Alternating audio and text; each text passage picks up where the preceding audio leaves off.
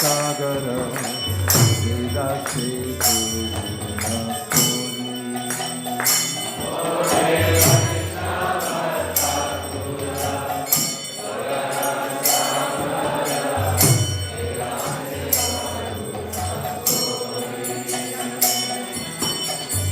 Diya Parachaya Shulohe Amai Tomara Charana Dori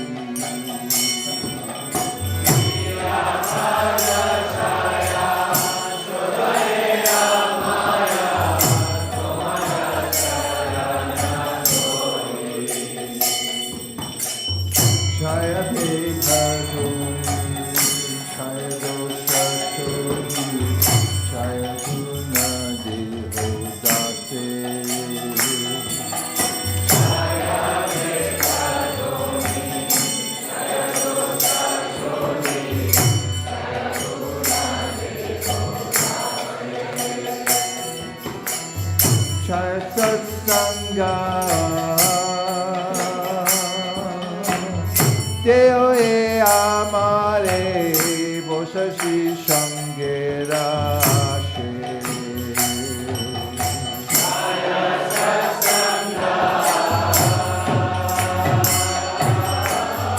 Deo e amare Boshashi Shangera Ekaki amar Nahi pai bhalo Harinama Sankirtane Ekaki amara Nahi pai bhalo Harinama Sankirtane Tumi kripa kori Sharabindu diya Deha Krishna namadane Tumi kripa kori Sharavindu diya Deha Krishna namadane Krishna se tomar Krishna dite paro Tomara shakti ache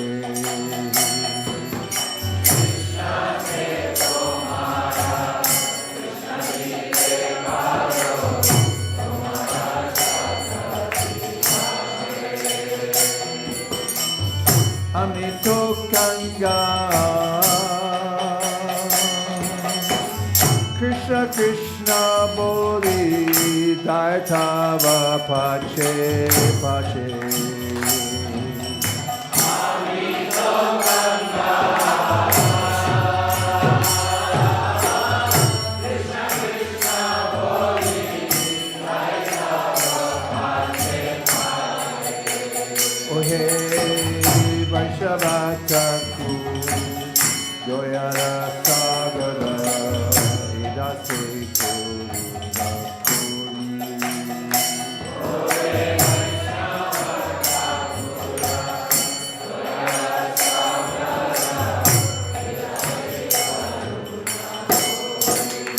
Jaya Vaishnava Thakur Vaishnava Thakur Vaishnava Thakur Jaya Vaishnava Thakur Jaya Vaishnava Thakur Vaishnava Thakur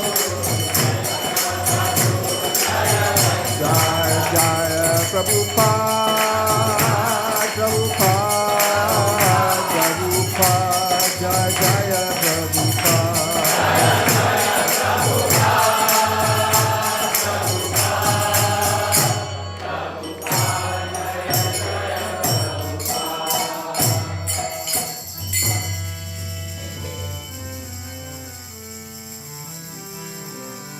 Ujjvala Varana Gaura Bharati Nivita Niravari Bhava Videra Ujjvala Varana Gaura Bharati Nivita Niravari Bhava Videra Shri Bhuvana Pavana Kripaya Vesha Savaya Mami Shakti Shakti Gajaram Sarapavadikaram Rujanakaranaravisharam Bhavaya Vajana Karudam Sambharamami Shakti Shakti Kanayam Anambarajara Sarika Polam Indubhinindika Nakachaya Ruchiram Chautita Nijaguna Nama Vinodam Anamami Shakti Shakti Kanayam Virutanaya Kalagaladharam Bhushana Navarata Bhavavikaram Katiyati Mantara Nitya Vilasam Sambharamami Shakti Shakti Kanayam Chanchala Charutana Shakti Ruchiram Manjirarantita Marayuta Madhura Chandra Vinintita Sitalavadana Sambharamami Shakti Shakti Kanayam Shakti Gola Kamandayudanda Divya Kalevaya Undita Munda Durjana Kalvata Kandana Nanda Sambharamami Shakti Shakti Kanayam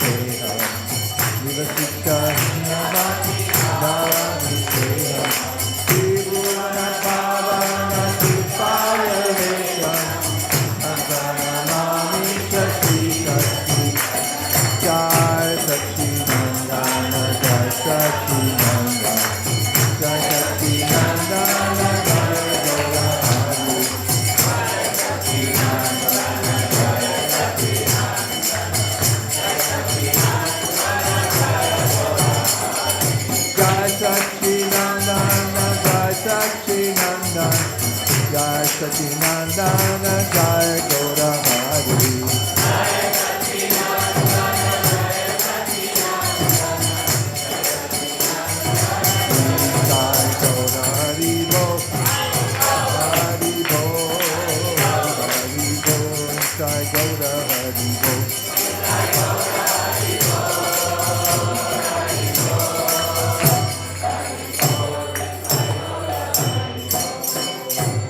Go Premanande.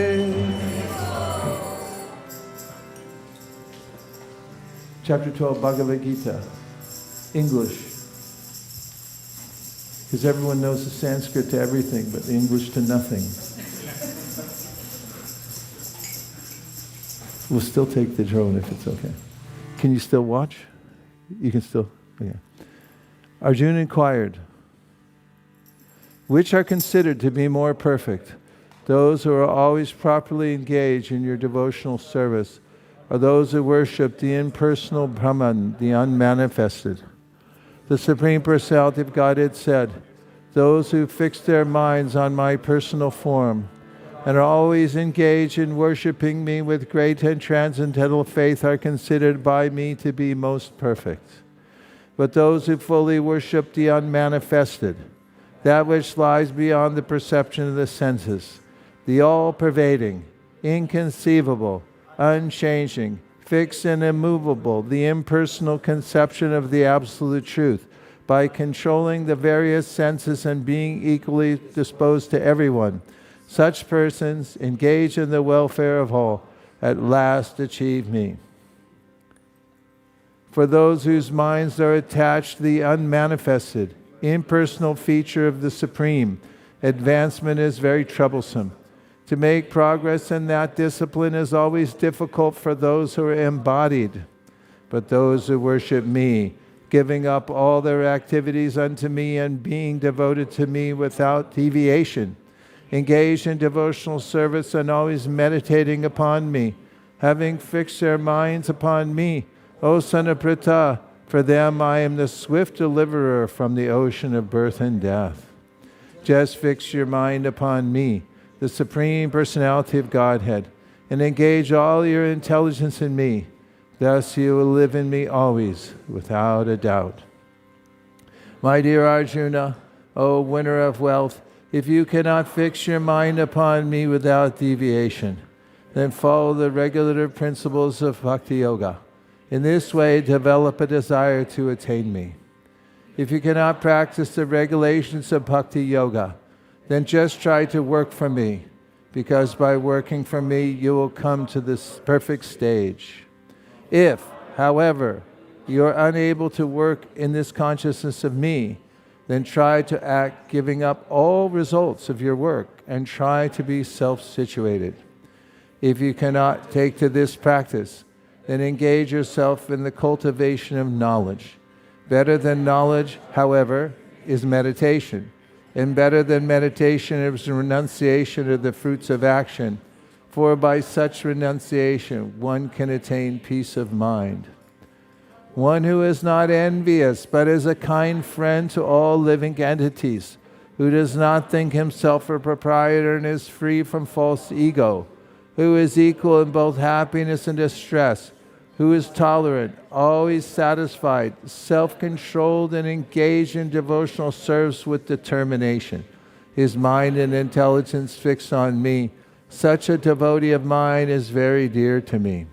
He by whom no one is put into difficulty and who is not disturbed by anyone, who is equipoised in happiness and distress, fear and anxiety, is very dear to me.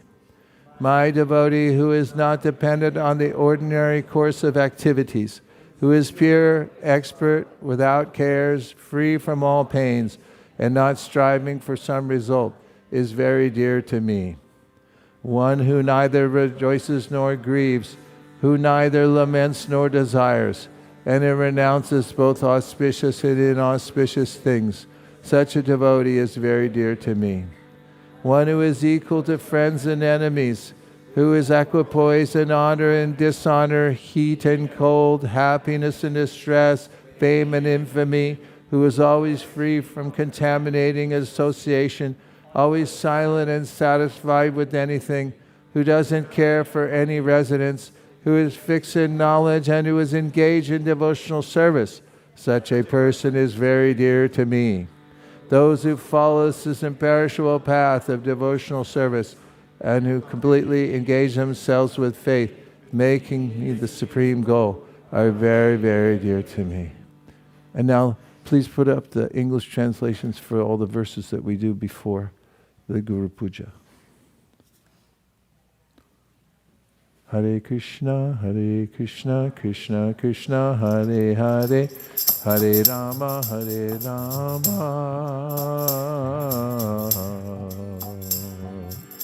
Rama Rama, Hare Hare.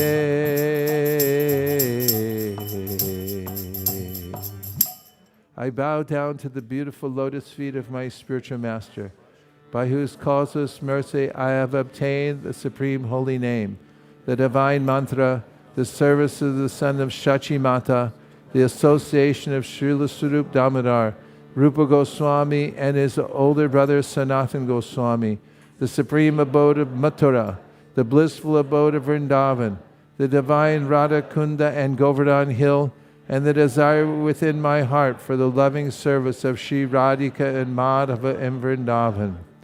O spiritual master, O giver of divine wisdom, O friend of the fallen, you're the giver of your own bliss, and you're the only ocean of mercy. Although dwelling in Vrindavan, you have descended for the welfare of fallen souls like myself, and you are preaching the divine love of Radha for Krishna. Please be kind upon me. O friend of the lowly, O Guru Dev, you're the only ocean of mercy. I am a dull fool and have committed hundreds of thousands of offenses. I have fallen into a dense myriad of sins. Therefore, grace me with your mercy so that my mind may be fixed on your lotus feet and on Sri Krishna. Although I know that my spiritual master is a servitor of Sri Chaitanya, I know him also as a plenary manifestation of the Lord. Every living entity is eternally a servant of Sri Krishna Chaitanya. Therefore, the spiritual master cannot be other than a servant of Lord Chaitanya. Spiritual master's eternal occupation is to expand the service of the Lord by training disciples in a service attitude.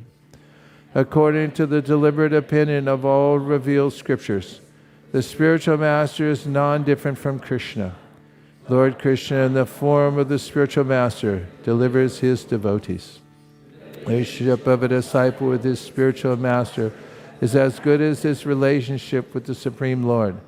Spiritual masters always represent themselves as the humblest servitors of the personality of Godhead, but the disciple must look upon the spiritual master as the manifested representation of Godhead. One should know the instructing spiritual master to be the personality of Krishna. Lord Krishna manifests himself as the Supersoul and is the greatest devotee of the Lord. The initiating spiritual master is a personal manifestation of Srila Madan Mohan Vigraha, whereas the instructing spiritual master is a personal representative of Srila Govindadev Vigraha. O my Lord, transcendental poets and experts in spiritual science could not fully express their indebtedness to you, even if they were endowed with the prolonged lifetime of Brahma. For you appear in two features, externally as the Acharya and internally as the Supersoul, to deliver the embodied living being by directing him how to come to you. The lotus feet of our spiritual master are the only way by which we can attain pure devotional service. I bow to his lotus feet with great awe and reverence. By his grace, one can cross the ocean of material suffering and obtain the mercy of Krishna. Our only wish is to have our consciousness purified by the words emanating from his lotus mouth. Attachment to his lotus feet is the perfection that fulfills all desires. He opens our darkened eyes and fills our hearts with transcendental knowledge. He is our Lord, birth after birth. From him ecstatic prema emanates. By him ignorance is destroyed. The Vedic scriptures sing of his character. Our spiritual master is the ocean of mercy, the friend of the poor, and the Lord and master of the devotees. O Master, be merciful unto us. Give us the shade of his feet. Your fame is spread all over the three worlds. We take shelter of your lotus feet.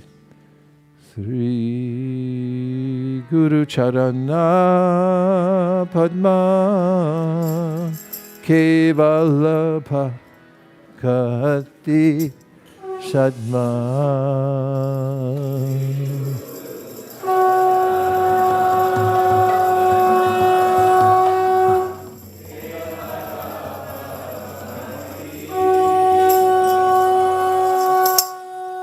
Sri Guru Charana Padma Kevalabha Kahati Sadma.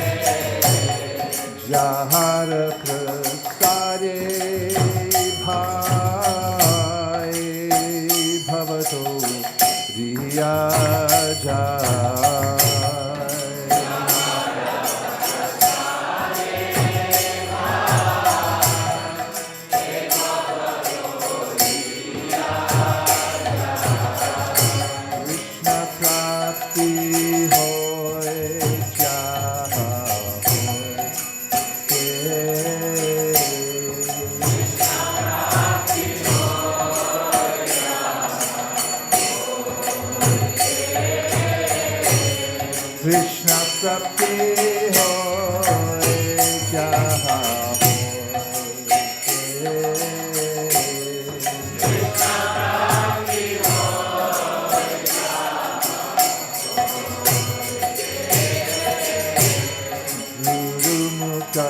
Padma Bhakya Shitete Kriya Oikya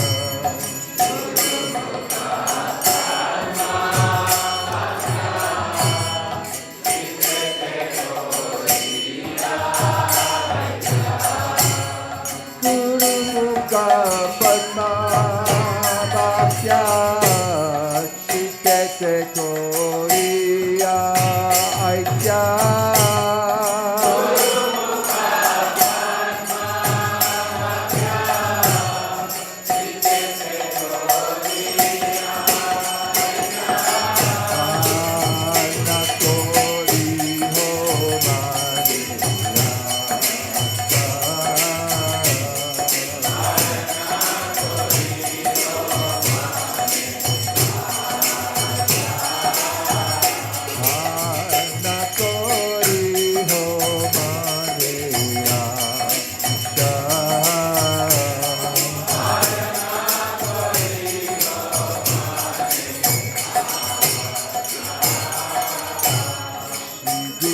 Charane Rati Yeshayutama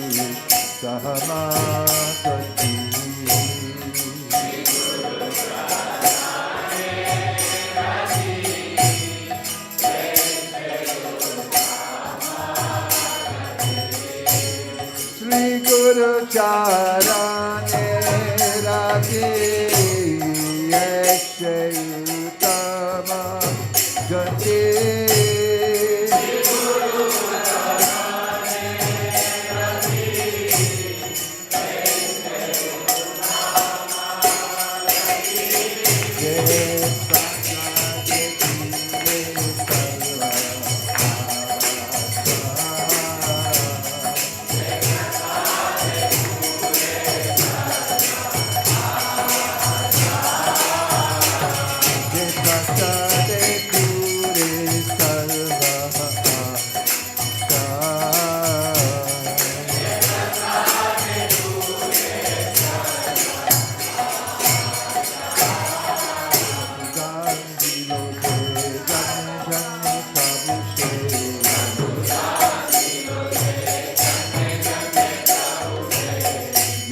Jnana Hriday Prakashito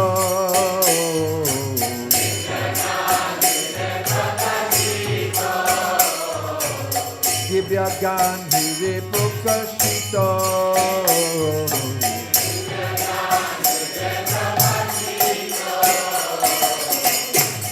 Prema Bhakti Raha Hoite Aditya Vinata Jate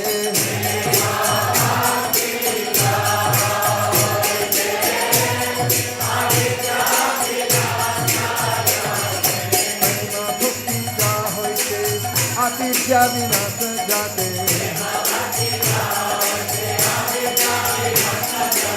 Vidigai Jahara Charito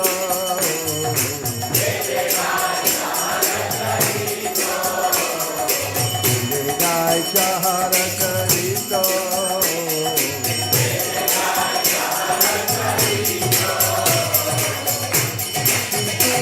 Karuna Sindhu Adama Janara Bandhu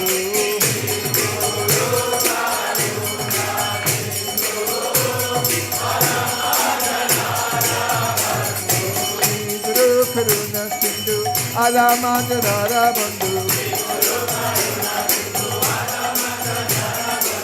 Lokana Lokera Divana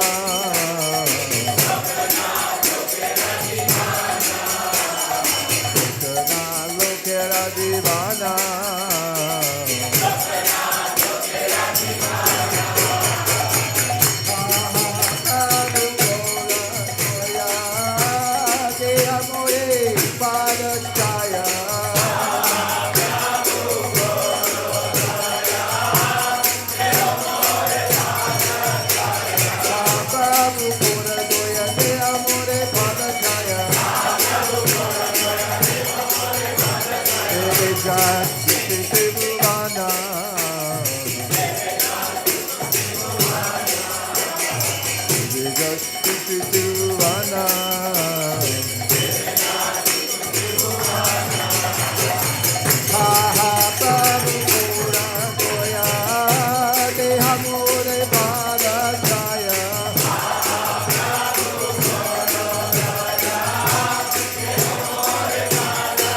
Jaya Prabhupada, Prabhupada, Prabhupada, Jaya Prabhupada.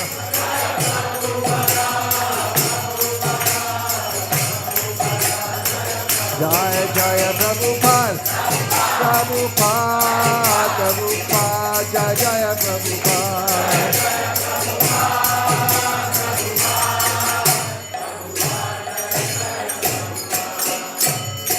Namah Om Vishnu Padaya Krishna Prestaya Bhutale Srimate Bhaktivedanta Swami Namine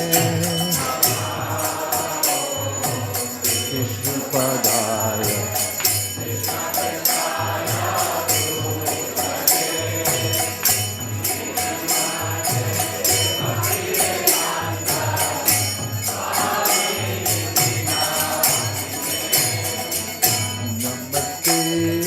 Saraswate Deve Gauravani Prasarine Nirshesha Shundavari Paschatyarishakarine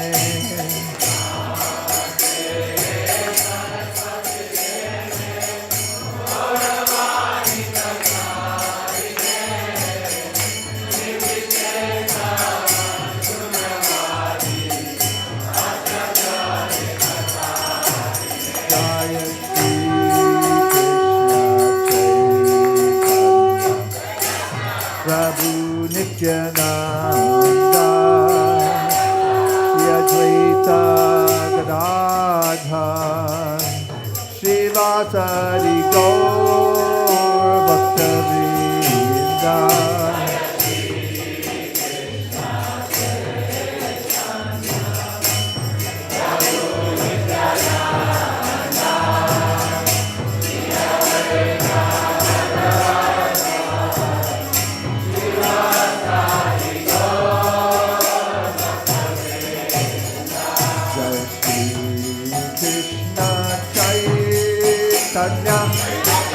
Prabhu Nityananda Shri Advaita Gadadhar Srivasari Gaur Bhaktavrinda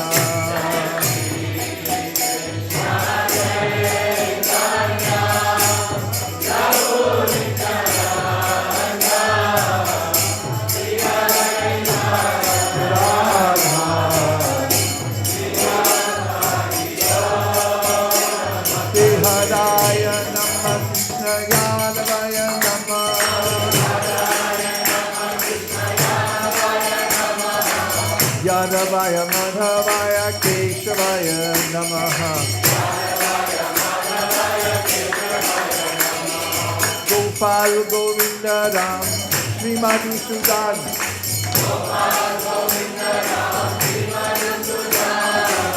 Giri Hari Gopinath Madan Mohan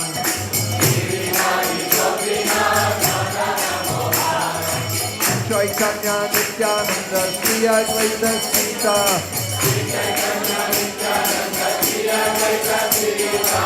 Hari Guru Vaisesika Bhagavad Gita Sri Rushanatha Pataragunath Sri Jiva Gopal Bhatta Jas Raghunath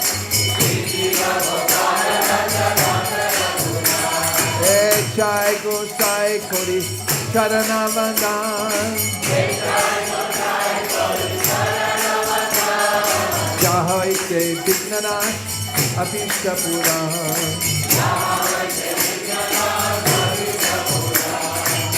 Jai Gosai Jar Nuitar Das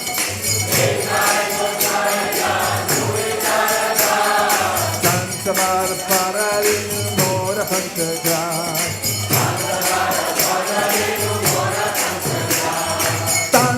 Charana Deve Bhakta Sanivas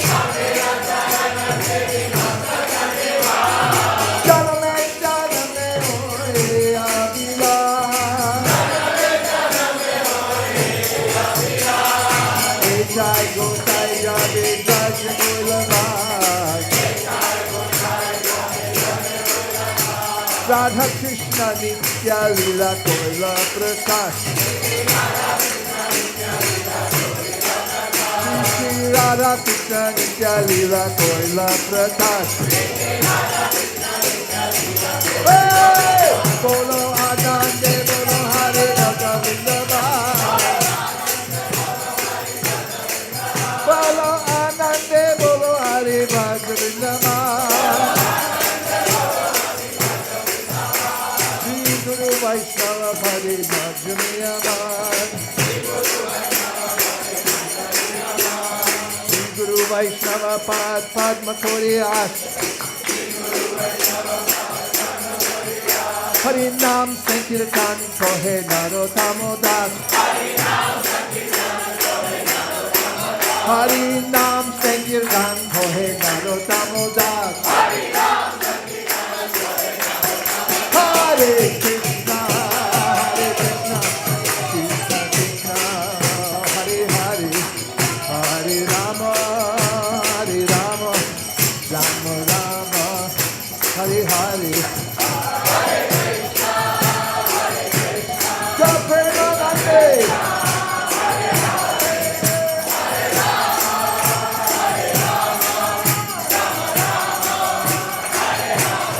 Hare Krishna, Hare Krishna, Krishna Krishna, Hare Hare, Hare Rama, Hare Rama, Rama Rama, Hare Hare.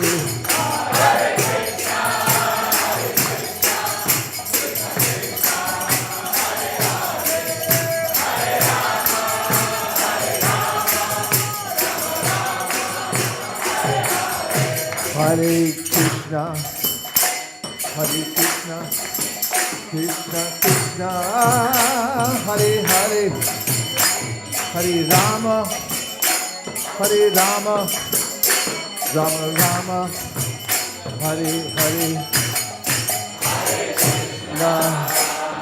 Krishna, Krishna Krishna, Hare.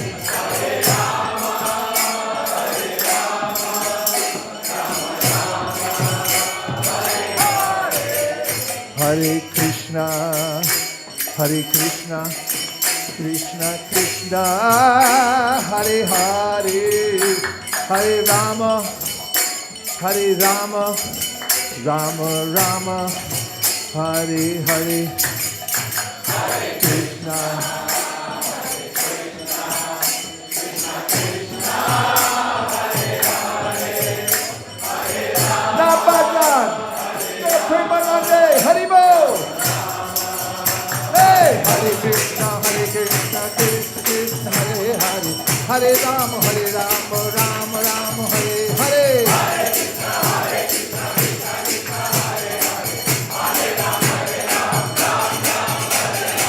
Krishna, Krishna Krishna, Hare Hare, Hare Rama, Rama Rama, Hare Krishna, Krishna Krishna, Hare Hare, Hare Rama, Rama Rama, Hare Hare.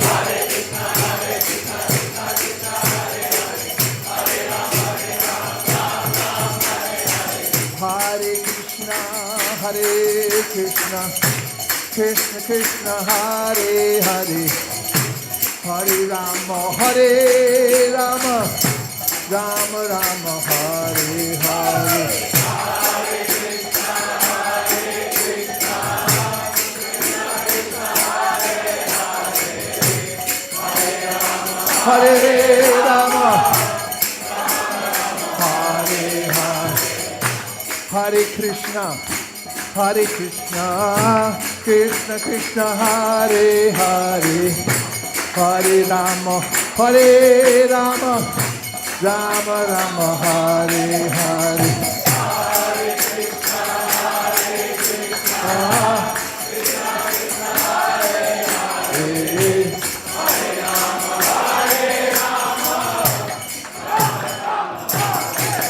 Hey, Hare Krishna, Krishna Krishna, Hare Hare, Hare Rama, Rama Rama, Hare Hare. Hare Krishna, Krishna Krishna, Hare Hare, Hare Rama, Rama Hare Hare. Hare Krishna, Krishna Krishna, Hare Hare, Hare Rama, Rama Rama, Hare Hare. Hare Krishna, Krishna Bhajare. Hey! Govinda Gopala Hare.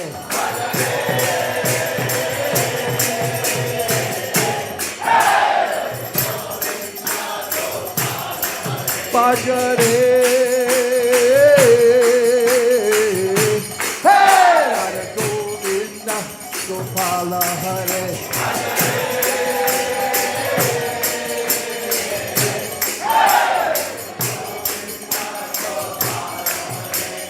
Radhe Govinda, Radhe Gopala, Radha Madan Mohan, Radha Madhava, Radha Banki Bihari,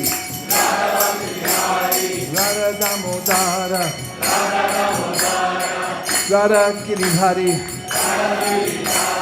Radha Damodara, Radha Gokulananda,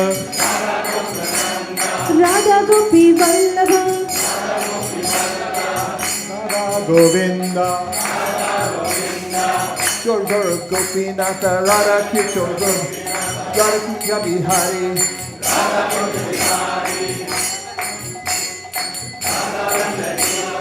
Gandharvika Giridhari, Radha Nila Madha, Radha Nila Madhava, Radha Giridhari, Radha Patasarki, Radha Parthasarthi, Radha Raghunath, Radha Ramana, Radha Rasa Bihari, Radha Rasvihari, Radha Shamsundar, Radha Shamsundar, Radha Rukmini Dwarkadish, Kishori, Radha Govinda,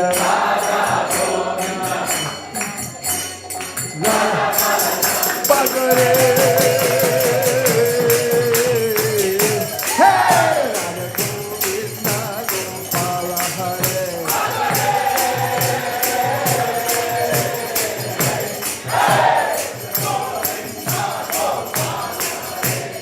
I say Shri Bhagavana ko mere barambar pranam hai.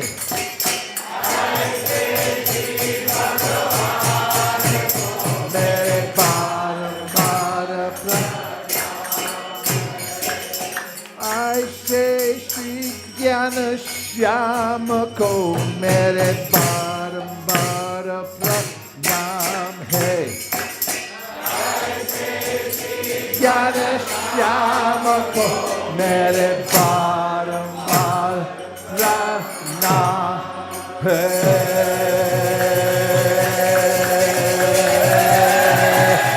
Go Premanande! Nitai Gora Haribo, Haribo, Haribo, Nitai Gora Haribo.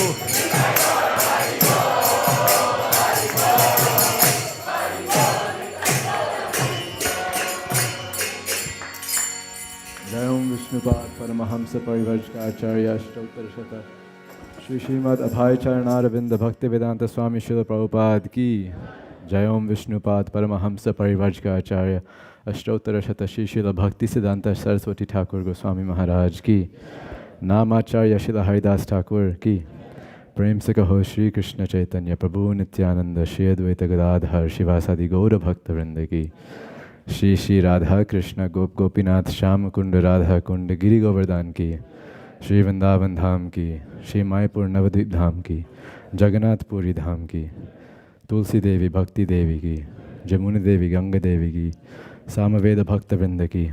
All glories to the assembled devotees. All glories to the assembled devotees. All glories to the assembled devotees. All glories to Shri Shri Guru and Gauranga. Nitai Gaur Premanande.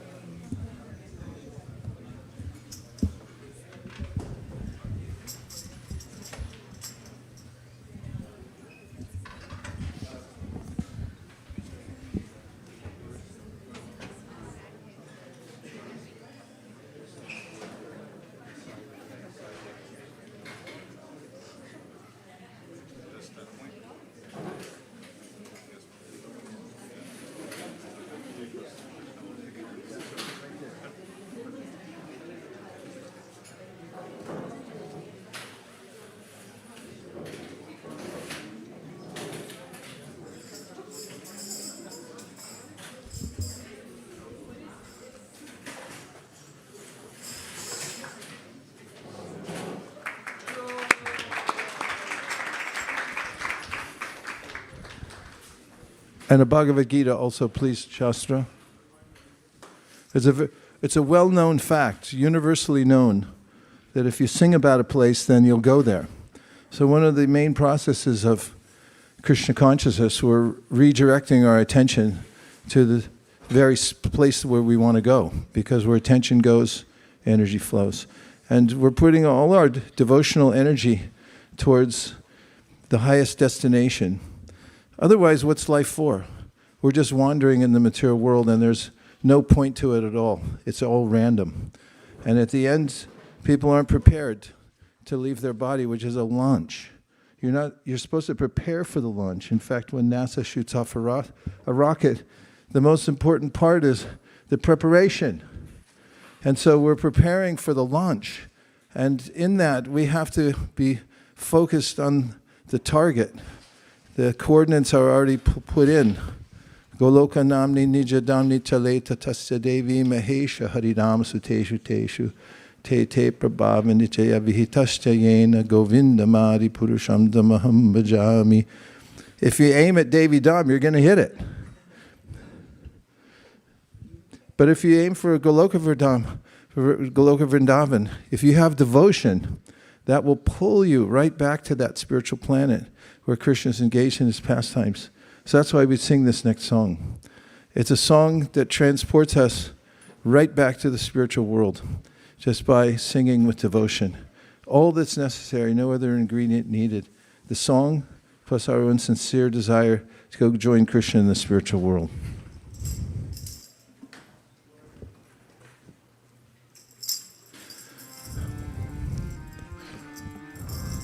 Jaya Radha Madhava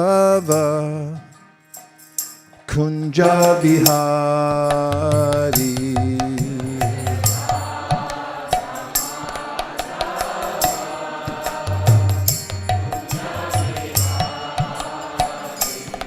Jaya Radha Madhava Kunja Bihari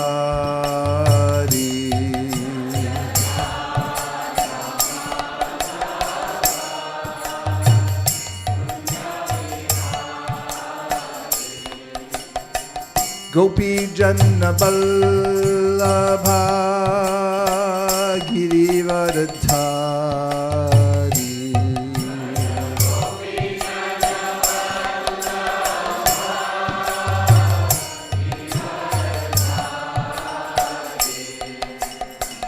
Gopi Janna Vallabha Girivardhari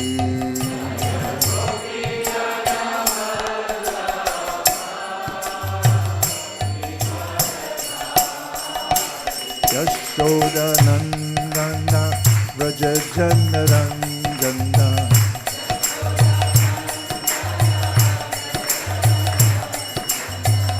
Yashoda Nandana Vraja Janaranjana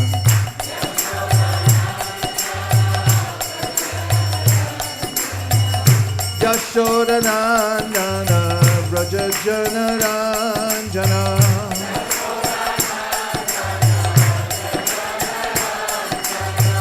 Yashoda Nandana Vraja Janaranjana Yamuna Tira Vanachari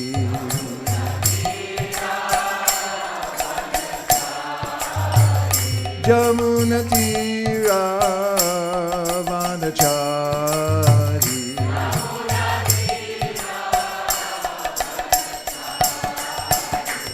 Jaya Radha Madhava Kunja Vihari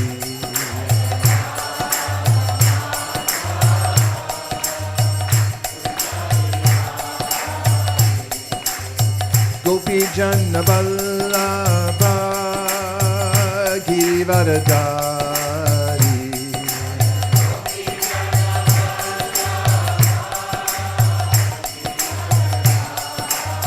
Yashoda Nandana Vraja Janaranjana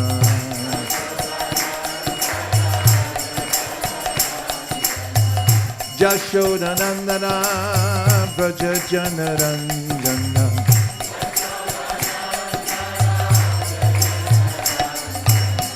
Yashodanandana Vraja Janaranjana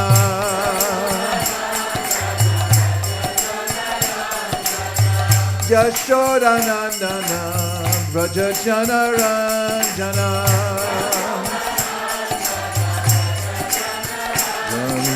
Tira Vanachari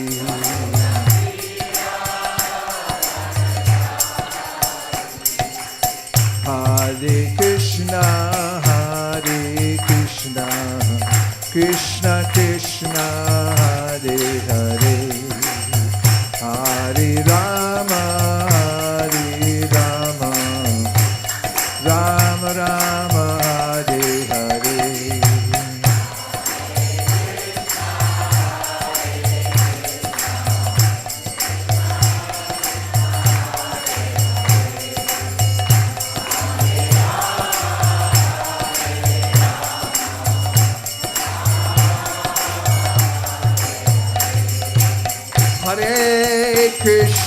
Hare Krishna Krishna Krishna Hare Hare Hare Rama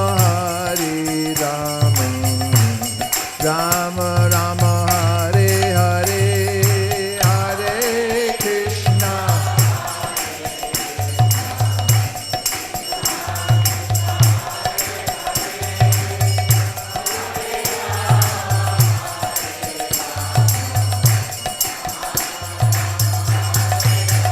Hare Krishna Hare Krishna Krishna Krishna Hare Hare Hare Rama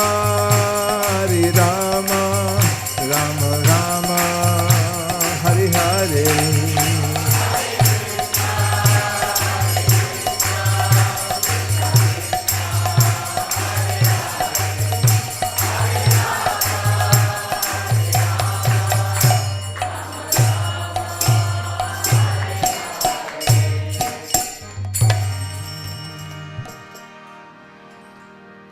Om Namo Bhagavate Vasudevaya Om Namo Bhagavate Vasudevaya Om Namo Bhagavate Vasudevaya Narayanam Namaskritya Naram Chaiva Narottamam Deving Sarasating Vyasam Tato Jayam Udiraye.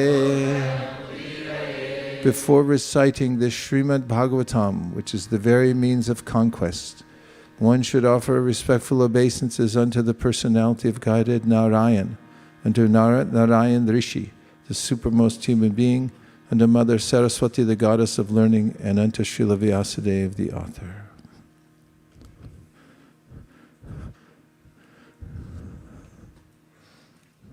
I offer my respectful obeisances to His Divine Grace, A.C. Bhaktivedanta Swami Prabhupada, to all the previous acharyas, and to the assembled devotees. Vancha kalpatarubhascha kripa sindhave evacha patitanam pavanebhyo vaishnavebhyo namo namaha.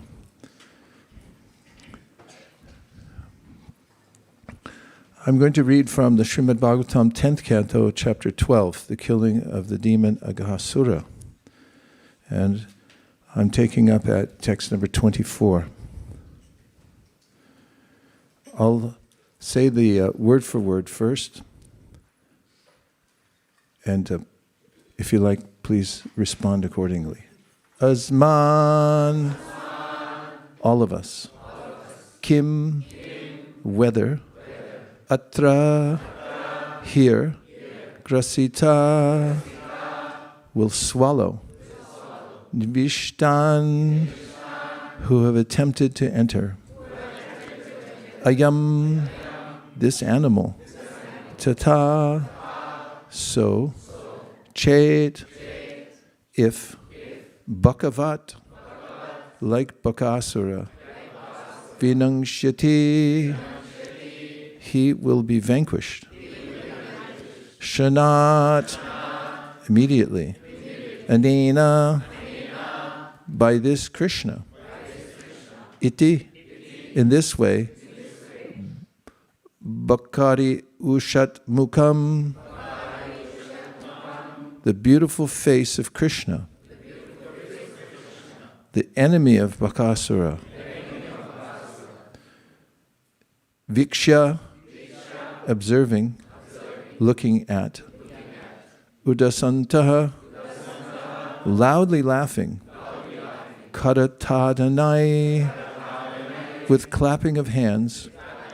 Yayu, entered the mouth. Translation, we can read together. Then the boys said, has this living creature come to swallow us? If he does so, he will immediately be killed like Aghasura without delay. Thus they looked at the beautiful face of Krishna, the enemy of Aghasura, and laughing loudly and clapping their hands, they entered the mouth of the python. Asman kimatra grasita nirvishtan. Ayam tata ched bhakavad vinangshati.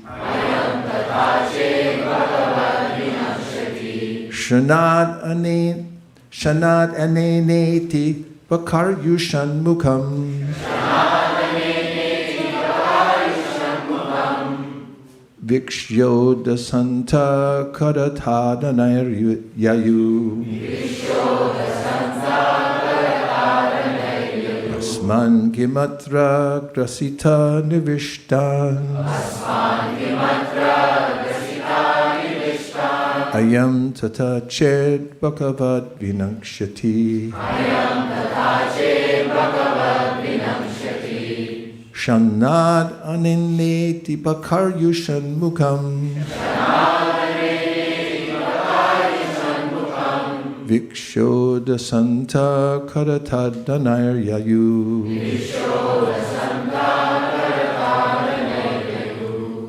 Dozo. Asman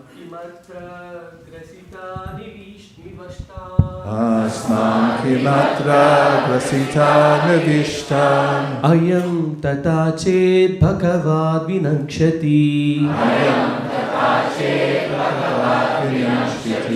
Chanadaneti bhakaryusan mukham.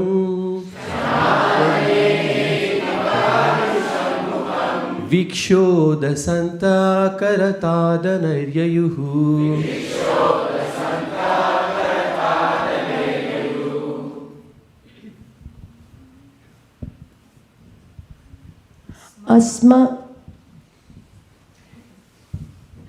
Asmat kimatra grasita nivishtan. Asman kimatra grasita nivishtan. Ayam tata ched bhagavad vinakshati. Ayam tata ched bhagavad vinakshati. Shanadani niti bhakaryushan mukhan.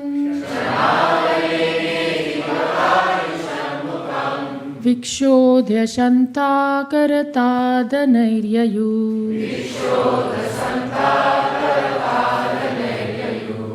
Purport. After talking about the terrible animal this way and that way, they decided to enter the demon's mouth. They had full faith in Krishna because they had experienced how Krishna had saved them from the mouth of Aghasura. Now, here was another Asura, Aghasura. Therefore, they wanted to enjoy the sport of entering the demon's mouth and being saved by Krishna, the enemy of Aghasura. I'll read the English for the next verse. The Supreme Personality of Godhead, Sri Krishna, who is situated as Antaryami, the Supersoul in the core of everyone's heart, heard the boys talking among themselves about the artificial python. Unknown to them, it was actually Aghasura, a demon who had appeared as a python. Krishna, knowing this, wanted to forbid his associates to enter the demon's mouth. In the meantime, while Krishna was considering how to stop them, all the cowherd boys entered the mouth of the demon. The demon, however, did not swallow them, for he was thinking of his own relatives who had been killed by Krishna and was just waiting for Krishna to enter his mouth. Krishna saw that all the cowherd boys, who did not know anyone but him as their Lord, had now gone out of his hand and were helpless, having entered like straws into the fire of the abdomen of Aghasura, who was death personified. It was intolerable for Krishna to be separated from his friends, the cowherd boys. Therefore, as if seeing that this had been arranged by his internal potency, Krishna was momentarily struck with wonder and unsure of what to do. Now, what was to be done? How could both the killing of this demon and the saving of the devotees be performed simultaneously? Krishna, being unlimitedly potent, decided to wait for an intelligent means by which he could simultaneously save the boys and kill the demon. Then he entered the mouth of Aghasura. Purport: Krishna is known as Anantavirya Sarvagya, because everything is known to him. Because he knows everything perfectly well, it was not difficult for him to find a means by which he could save the boys and at the same time kill the demon. Thus he also decided to enter the demon's mouth. In text 24, we have the boys making a consideration as they've, in their daily excursion with Krishna, which is a daily affair. Krishna, who's the Supreme Personality of Godhead, has his devotees, and they come with him wherever he goes as much as possible. In Vrindavan, where Krishna lives, he has a schedule to keep, so to speak. And that schedule is to accommodate his devotees. In fact, in the Bhagavad Gita, Krishna says, Ye yata mam prapadyante tam stataiva bhajamyaham manuvartante manusya partha sarvasha. He's keeping up with every living entity. And according to the impetus of a particular living entity, Krishna reciprocates. He's aware of every living entity and knows what their desires are and knows exactly how to reciprocate with each one of them. He gives freedom for those who wish to be separate from him. That's the plight of those who come to the material world, a feeling of separation from Krishna, although they may not know it. They feel the discomfort of being separated from him and engaged by his external energy. Just for foundation to the development of this conversation, the Vishnu Purana, as quoted by Sri Chaitanya Mahaprabhu, says, of Vishnu Shakti Paraprokta Kshetrak Yakya Tatapara Avidya Karma Sangyanya Tritiya Shaktir Ishite. There are various categories of energy in this world and the spiritual world. And there's the internal, the external, and the marginal. Tritiya, three energies. Of course, Parasya Shaktir Vivadaiva Shrite Swabhavika Jnana Balakriya Cha. Another verse from the Shastra which says, actually, the Lord's energies are multifarious and unlimited. But for the sake of understanding, we're given three categories: internal, external, and marginal. Krishna is the origin of everything and everyone, and those who are conscious beings are of a higher category of energy. As Krishna says in the Bhagavad Gita, he describes the lower energy as earth, water, fire, air, ether, mind, intelligence, and false ego. And above that, he said, are the entities who are my parts.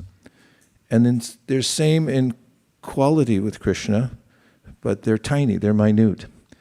And our relationship with Krishna, and we do have a relationship, as it's mentioned in the Brahma Samhita, Sanitya Nitya Sambandha Prakatishcha Parayavasa.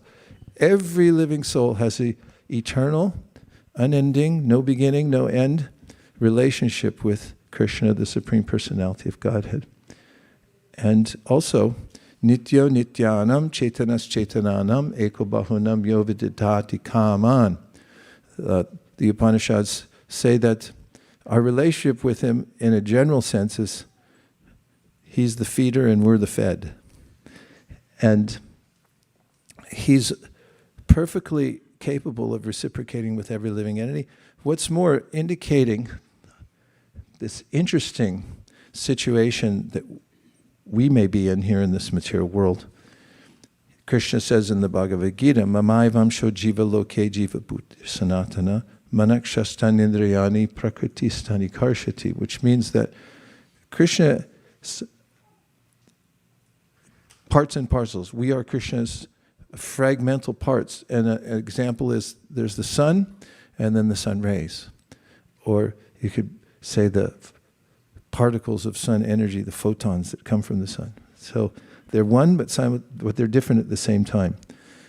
And so Krishna is the whole and we're parts of the whole. So in that relationship, Krishna is attending to every living being, whether they're engaged in the external energy and internal energy. And how would that be possible? It's because the living being is called Tatasta. And Vishnu Shakti, Paraprokta, Kshetra Gyakya Tatapara, described as there's the internal energy, external and marginal energy is that which can be engaged in the material or the spiritual energy. We're free to roam. We have free will. So that's the ontological look at our situation. And here we're treated to a scene from the internal energy of Krishna and those living beings who are engaged in his service in the spiritual world. It's playful. It's called Leela. Krishna's not obligated to do anything. He does whatever he wishes by his own sweet will. And his devotees there engage along with him.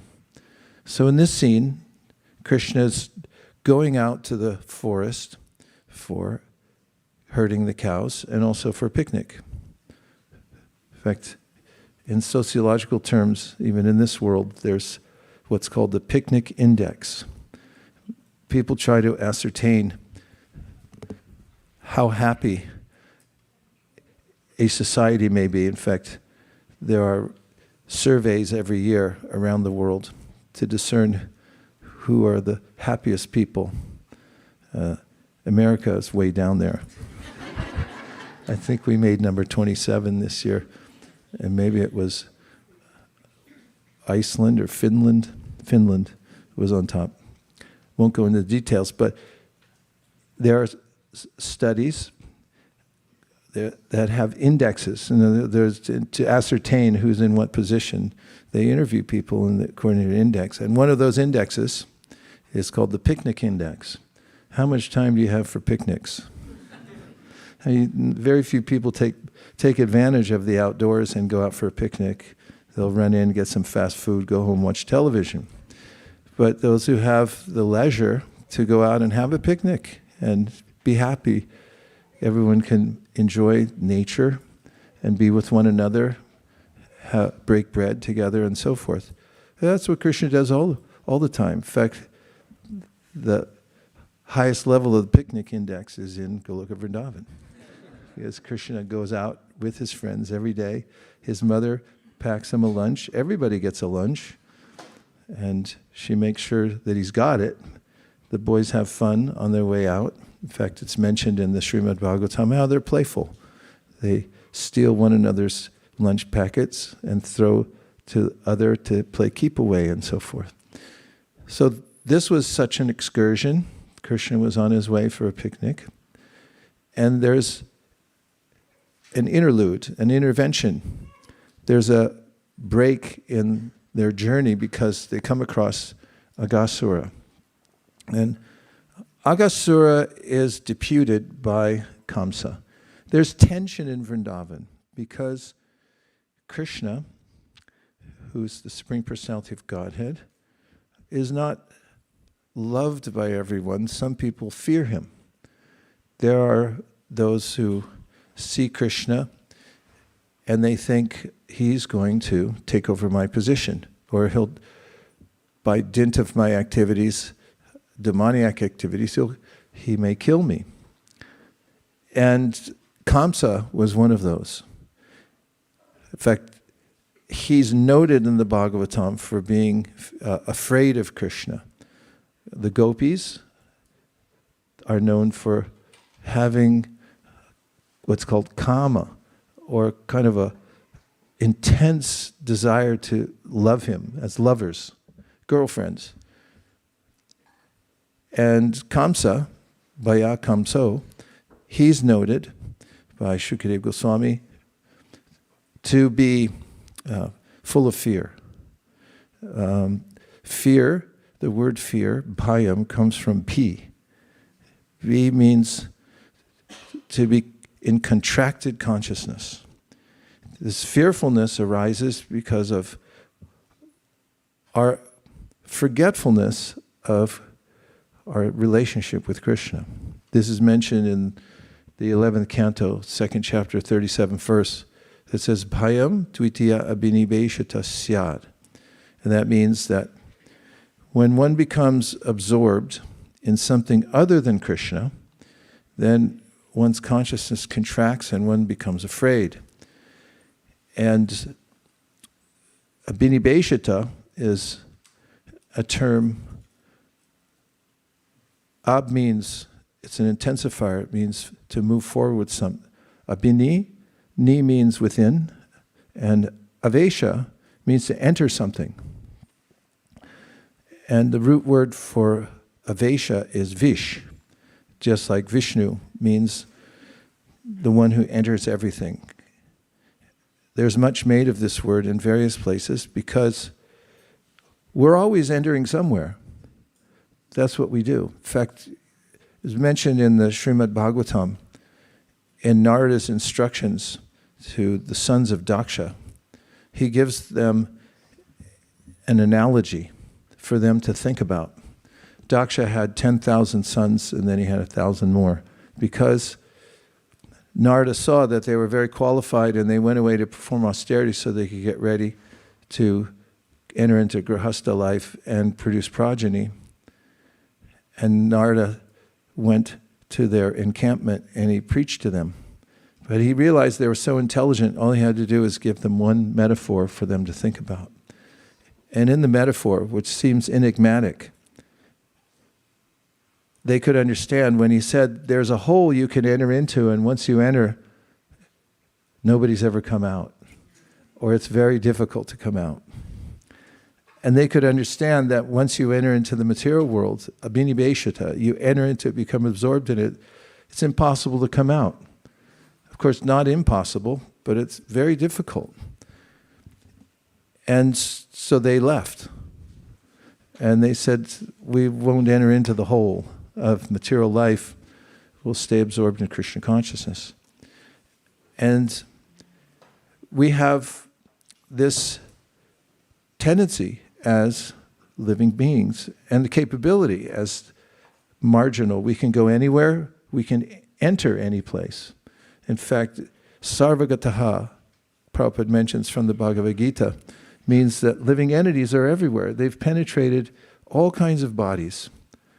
They can be inside inert matter, and they're not affected in the way that they're always living, always conscious. Their consciousness may be contracted, but still they're entered into there, and that's quite amazing that they could stay in any medium. In fact, whatever it is, earth, water, fire, air, ether, mind, intelligence, false ego, the living entity can be enter within that medium and be alive.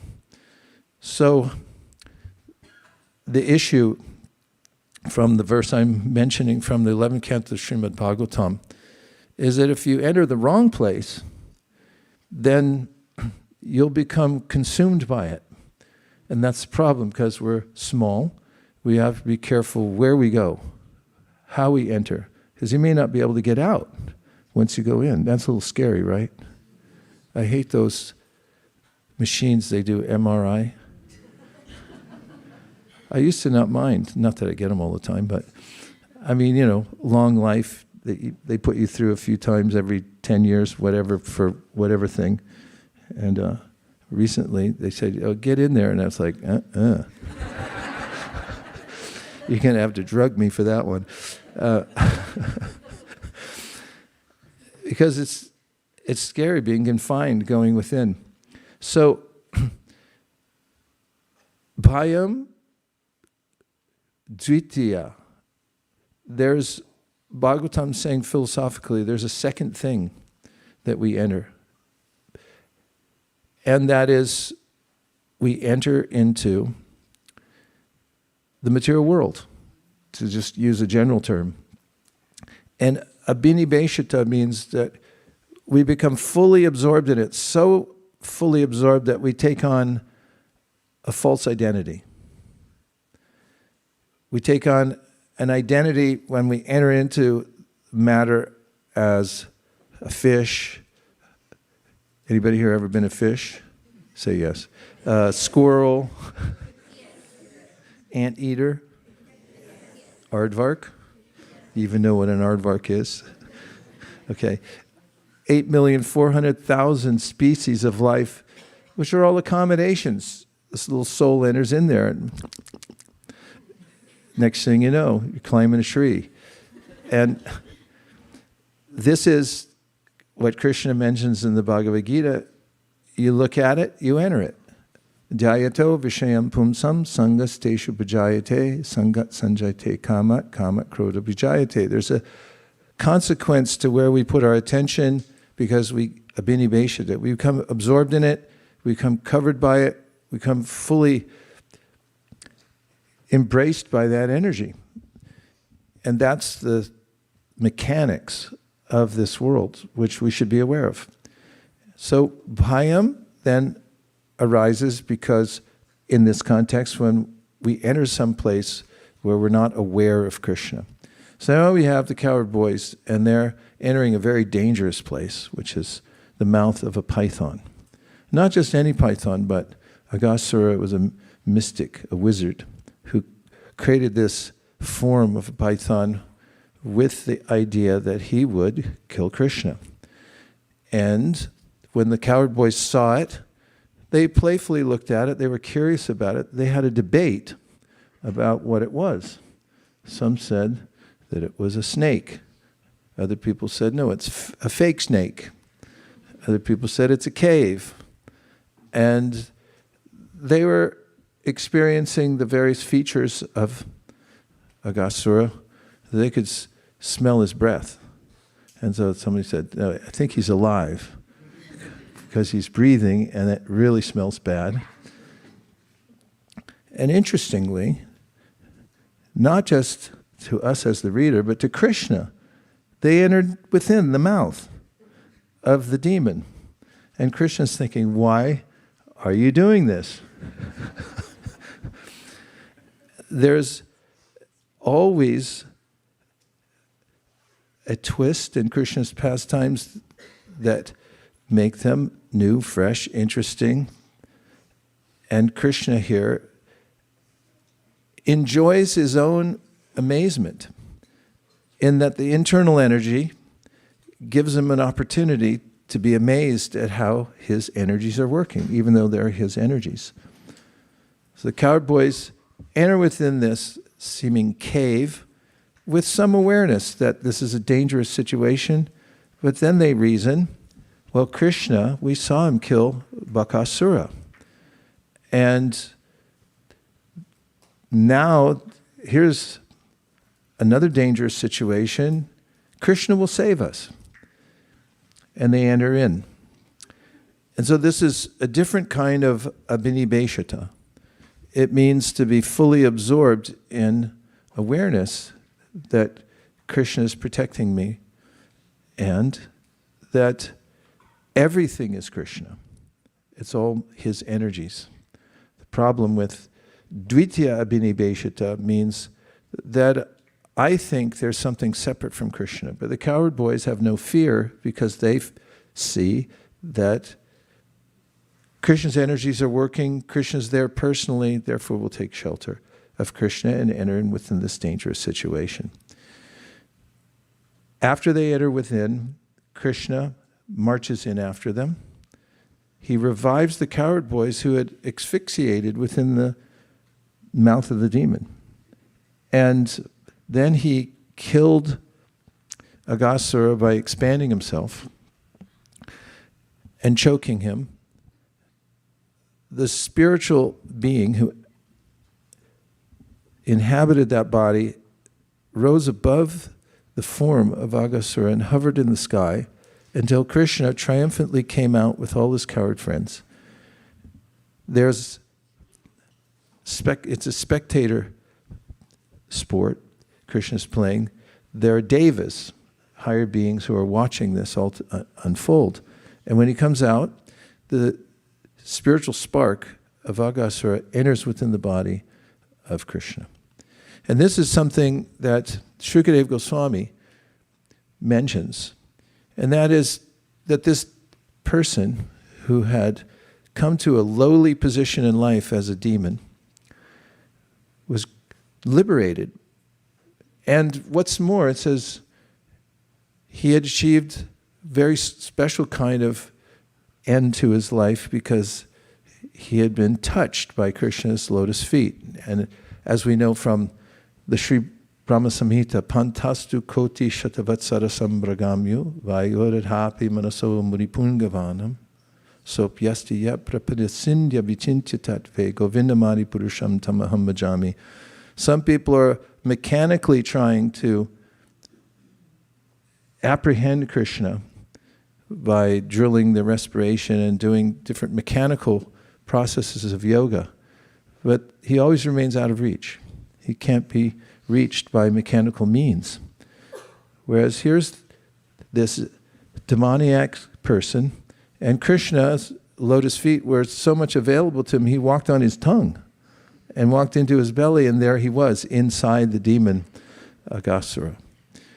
What's more, he achieved liberation. Shukadeva Goswami there, within this pastime, mentions a couple of things. One is a famous verse. He says, Itam satam brahma sakanabhutya dasyam gatanam naradaivatena mayashitanam naradarakena sakamvrjaru kritapunya punjaha. He notes that there are different kinds of living entities in relationship with Krishna, and Krishna reciprocates. Same thing I mentioned before, but this is Shukadeva mentioning this. He says some people, they see Krishna as impersonal Brahman, so Krishna veils himself in that way. Some others, they worship Krishna reverently, so he has a whole realm where people can worship him reverently in Vaikuntha.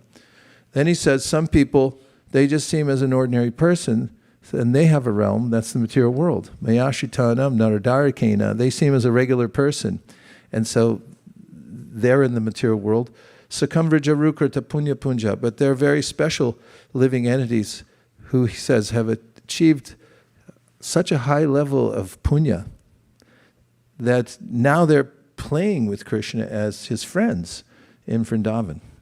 And then he mentions that if anyone, even for one moment, can bring the form of Krishna within his or her mind, then that person is assured of attaining success in life. And so our abhinibheshata in matter is something that troubles everyone. There's Carl Jung, who's specialty in psychology, and his contribution to psychological research was much about dreams. Not all about dreams, but he put much into research about dreaming. And you may notice that you dream at night. Have you noticed? I always notice I've become more sensitive to my dreams. I think I've always been sensitive to my dreams, but according to what's happening in the world, I normally process when I'm dreaming. I used to have nightmares when I was a kid because there was so much in the atmosphere about war and about nuclear bombs, or the atom bomb, we called it back then, that could annihilate all of us, and we were doing drills in school. And I used to have dreams at night where I'd wake up and I'd hear the countdown and it was going to go off.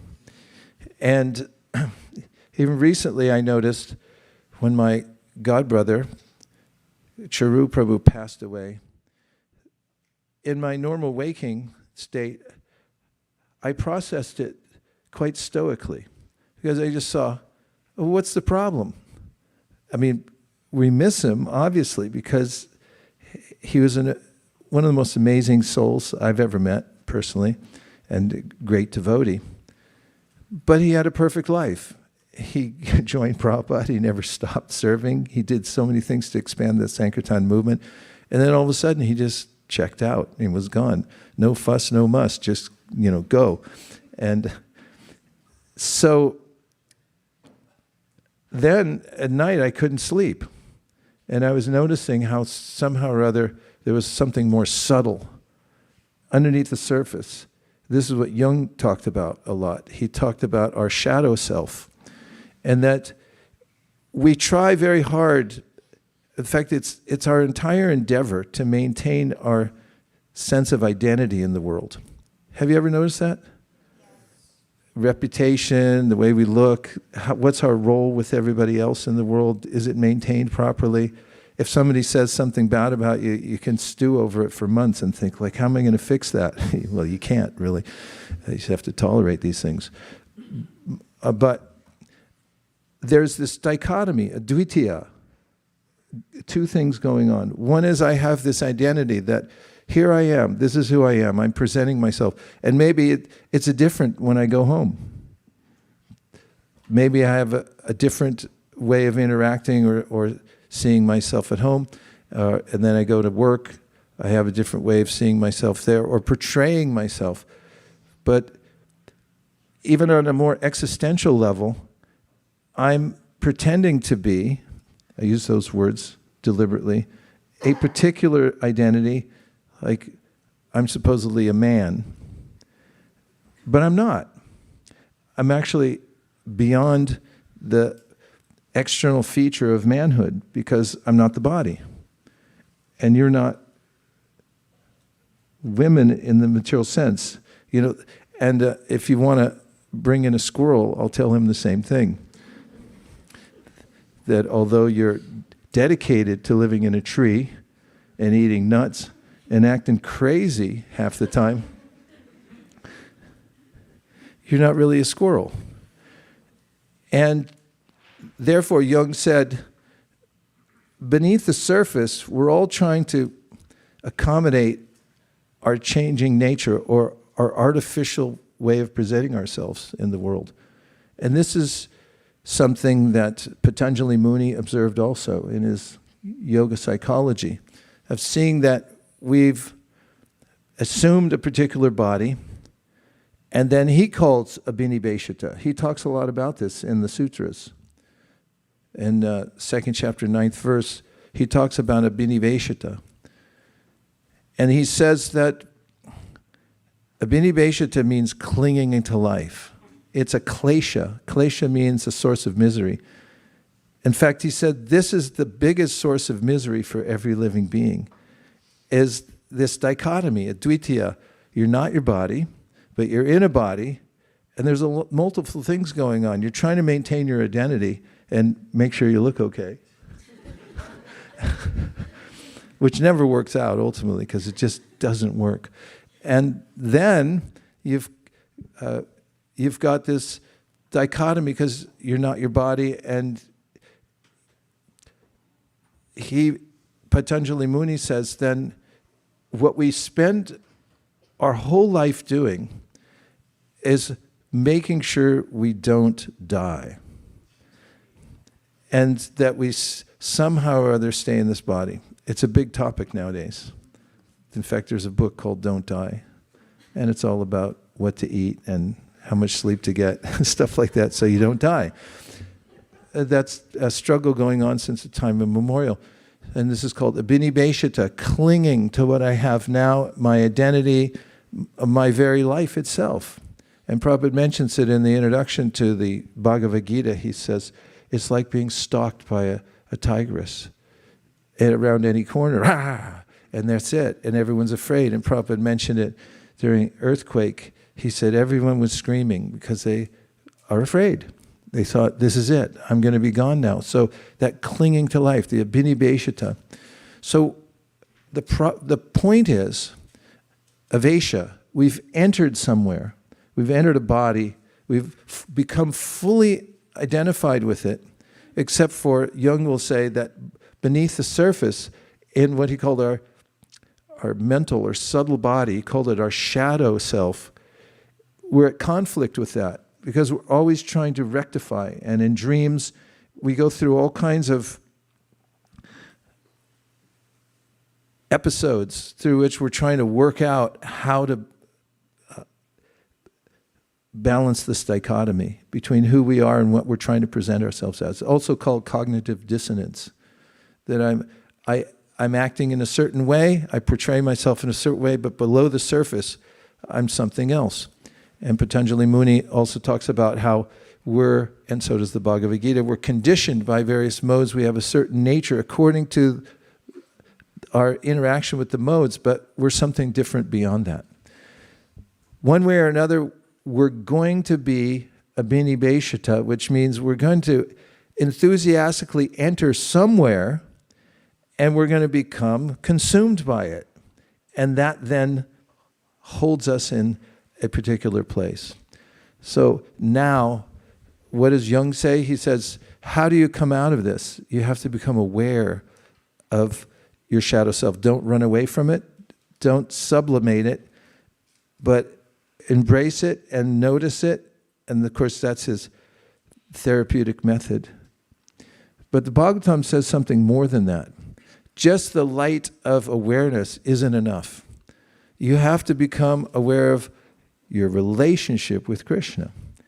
And the Bhagavatam then says, when you become absorbed, or abhinibheshita, in Krishna, you enter into Krishna's world. And how do you do it? Emotionally. Kama, dvesha, bhayasnehad. What's the next line? Yatha bhakteshvare manaha. Avesha, there it is. The word again, avesha. It's the same word, abhinibhesha. Avesha comes from vish. That's the root word. You have to enter into it. But it says you have to enter deeply within it. So bhakti means to then realign ourselves with Krishna and be fully absorbed, and that's my identity. I'm Naham vipro nacha narapatir napi vaisho nashudro naham barni nacha gripatir no yatava kintu prodyan nikala paramananda purnamritabdir gopi bartu kamalayor das anudasaha. Who are you? Well, Mom, I changed my name. That's a big shift, right? Like you're changing my name. What did you change your name to? Well, my new name is Radha Dasi. What does it mean? It means I'm a servant of the servant of the servant of the servant of Radharani. Who's that? Well, she's Krishna's consort. Who's Krishna? There's a whole world there to enter into. It's not just cut off this world, but bhakti is so accommodating that we walk into it and we become a abhinibhesha. Like we walked in here. We're in a little cave here with Krishna. And, he's here. His holy name's here. We only take prasadam. Some kids are going to have a grain ceremony. What are you going to take? only Mahaprasadam, otherwise don't even put it near my mouth, they'll say, the little kids, 6 months old. Everybody is looking to how can I become a Abhinivesha, absorbed, embraced by, enter into Krishna. Then that's the real solution.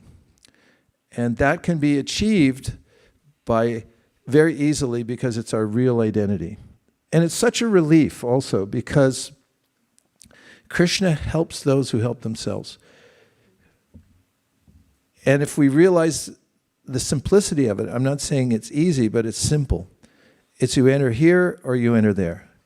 Somewhere you're going to enter, and somewhere you're going to be absorbed, and you're going to be fully absorbed because that's what we do.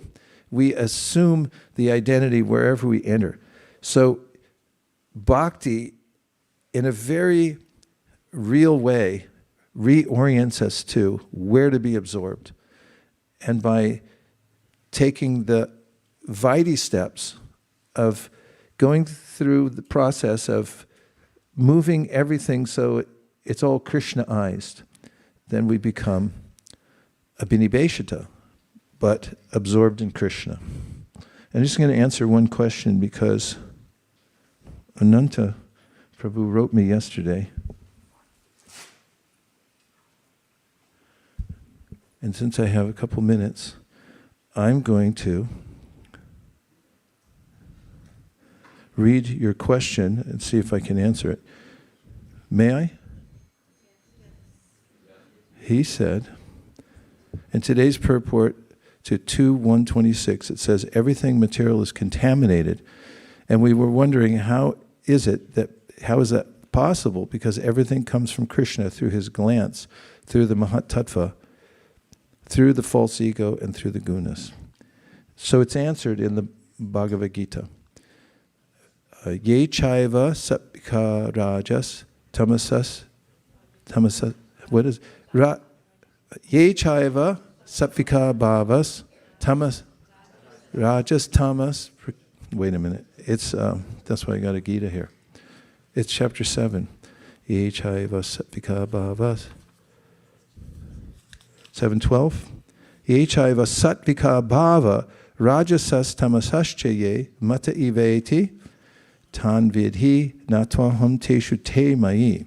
Which means, know that all states of being, be they of goodness, passion, or ignorance, are manifested by my energy. I'm in one sense everything, but I'm independent. I'm not under the modes of material nature, for they, on the contrary, are within me. Purport, short from Prabhupada. All material activities in the world are being conducted under the three modes of material nature. Although these material modes of nature are emanations from the Supreme Lord Krishna, he is not subject to them.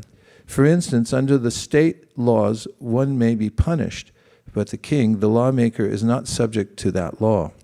Similarly, all the modes of material nature, goodness, passion, and ignorance, are emanations from the Supreme Lord Krishna, but Krishna is not subject to material nature. Therefore, he is nirguna, which means that these gunas or modes, although issuing from him, do not affect him. That is one of the special characteristics of Bhagavan, or the Supreme Personality of Godhead.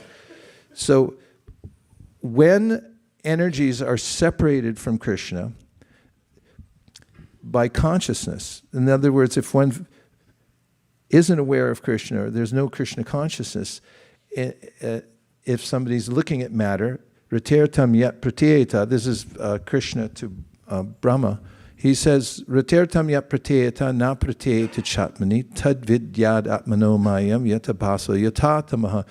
If you look at anything and you think it's separate from me, kind of fits in with Dvitiya, that's illusion.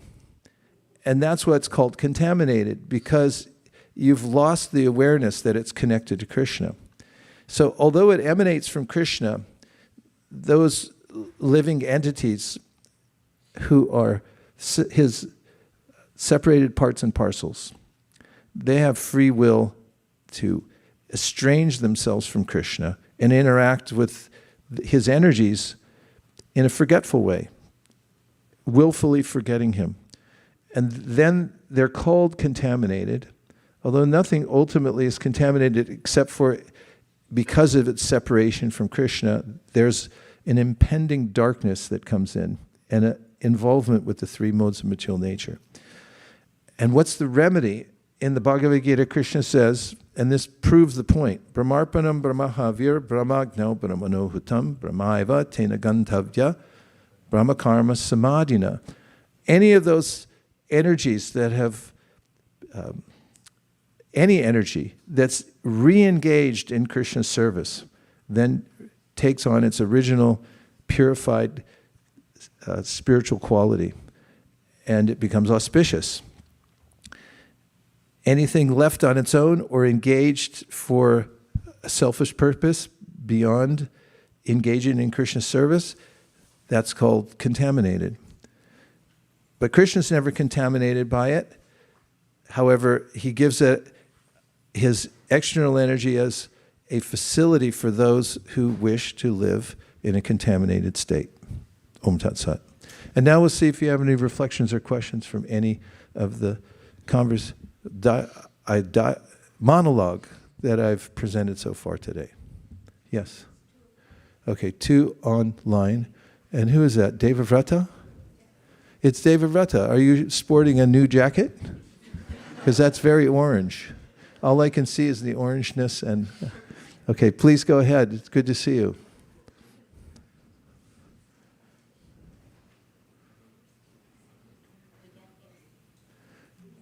We can read lips. See if you can get close enough to read his lips. Because if he's speaking, we can't hear him. Okay, sorry, I wasn't getting unmuted. This is an old jacket. Okay. I have been doing book distribution at shops recently, downtown shops in northern Idaho. And I noticed one of the frequent themes of all these shops is either there's television on with a game, or there's music going on which is dealing with a romantic relationship. And I was just thinking, based on your class, how these two things generally exist because people are trying to enter into a mood when they're in a downtown area. And so I noticed yesterday on one of the TVs, there was the highlights of a big game where everything came down to the buzzer. And I was just thinking how ultimately that's what the living entity is looking for in the relationship with Krishna. They're trying to experience that excitement where everything's coming down to the fever pitch moment. And then with music, it's just a reflection of the adiras. And so you can see in the world how there's so many expressions of what the devotee enters into.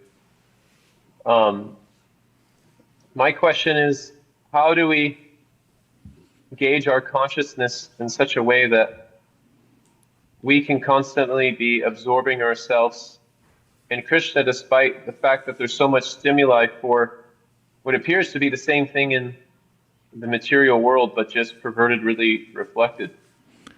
Just the way you're doing it. That if we're able to connect it to Krishna, you hear a song, any lyric. I had an similar experience going on being on Sankirtan and hearing music when I was a brahmachari, and I distinctly remember once I heard a song by Diana Ross, and it goes like this. You are everything, and everything is you.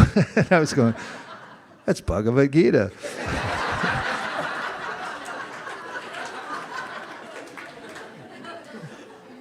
And the part where we connect it, and we're able to see how Krishna's energies are working, and we say, oh, I see how that happened.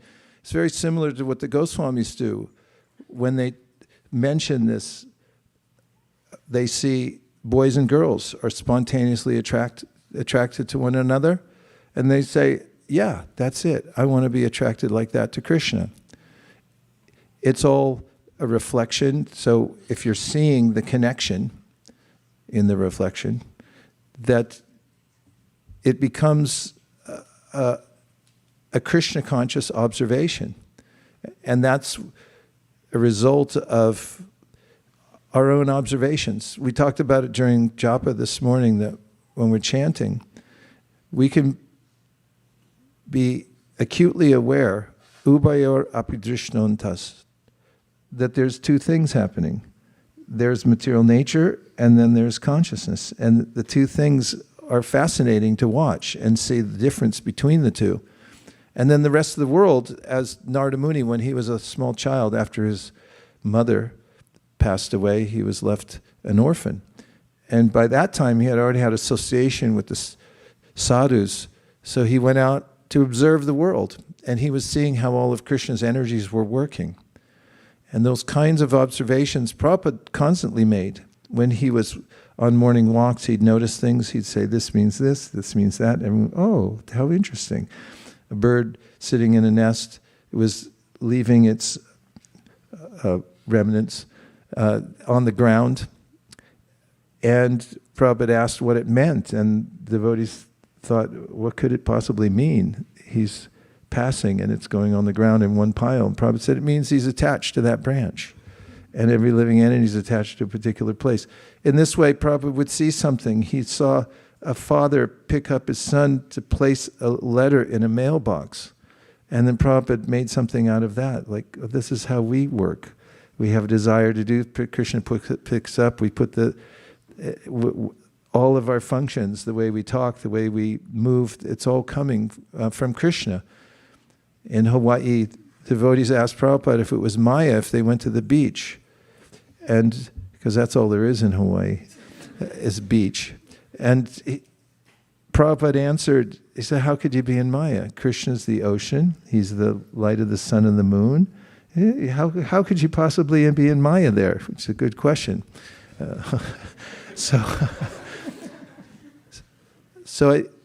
Obviously we have to be careful, because unless we have a melted heart and we're engaged in seeing the world and feeling such an intense connection to Krishna through seeing everything that's happening, then it's possible to get caught on something, like as happened to Ajamil. He was doing his sadhana, but he wasn't strong enough. So when he saw a scene, it wasn't like he could connect it. And certain things we should be very careful of looking at and just think, oh no, I can process that, but then it might process you, which is the problem in the material world. We're really smart because we're parts of Krishna, so we invent television, for instance. I know it's an old technology, I'll get to the higher things in a second. But, you know, what does it take to figure out how to build a television? It's an amazing thing. But then, okay, you figured it out. You dominated material nature, and now it dominates you. How many people are addicted to it? Now look at the phone. That's a more intense version of television because you keep it in your pocket, and it's got more channels and more information. How smart are the people who figured out, I mean, it's probably all of you, how to make a phone. And then everyone's trapped by it. So that's material nature's a little tricky. So we have to keep in good association. We have to always assume that we're not liberated and that we could be subjected to anything in this world at any time. And we should be praying, although we're observing and we're processing, we should always think, I could be a victim at any time. The minute I think I'm impervious to the power of the material nature, that's the moment that we start getting caught. And so we have to be really on our guard. Yes? And what about like when we deal with like unfavorable elements on like book distribution or Sankirtan and preaching, like people who treat us like the scum of the earth and push us around really good. And call us dirty names? That's the best. And that's why one of the main reasons we go out. And you might even get it from devotees sometimes. You know, they'll write you, why are you doing? I was with Jai Vaita Maharaj when I was in England, and somebody asked him a question about what if somebody criticizes you. He said, oh, that's really good. You should think that's only the half of it. And the disciple of Sridhar Maharaj, Srila Govinda Maharaj, from our Gaudiya Math friends, he he used to say, when people ask him, what's your religion? He said, my religion is to find my own faults and correct them. And so, yeah, if we stay Trinadapi Sunichena, always think I'm the lowest one around. I saw a letter from Pradumna. He was writing about the editing process years ago when they were working with Prabhupada, and he had written that Prabhupada was angry because he found mistakes in the transcripts that they were going to print. And he said, so we have to make sure that we fix these.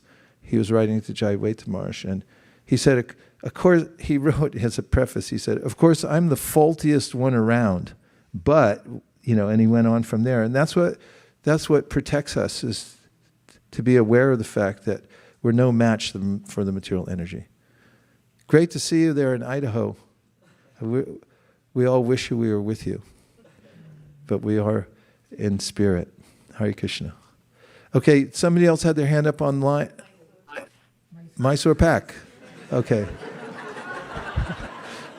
Please go ahead. Dandavats Maharaj, very happy to see you back in the home turf. I was just wondering that just like how Srila Prabhupada, you gave the example of how the bird dropping, Srila Prabhupada could connect it to something sublime related to Krishna. And I have seen it in your classes also, how you could actually connect even the most boring, mundane things, like a cat getting a new coat. You mentioned that actually it was Krishna's arrangement of how Krishna is taking care of everything. And there was some cobweb, and you mentioned that, okay, how we are all attached to this, we are all attached in similar ways. So, yeah, it was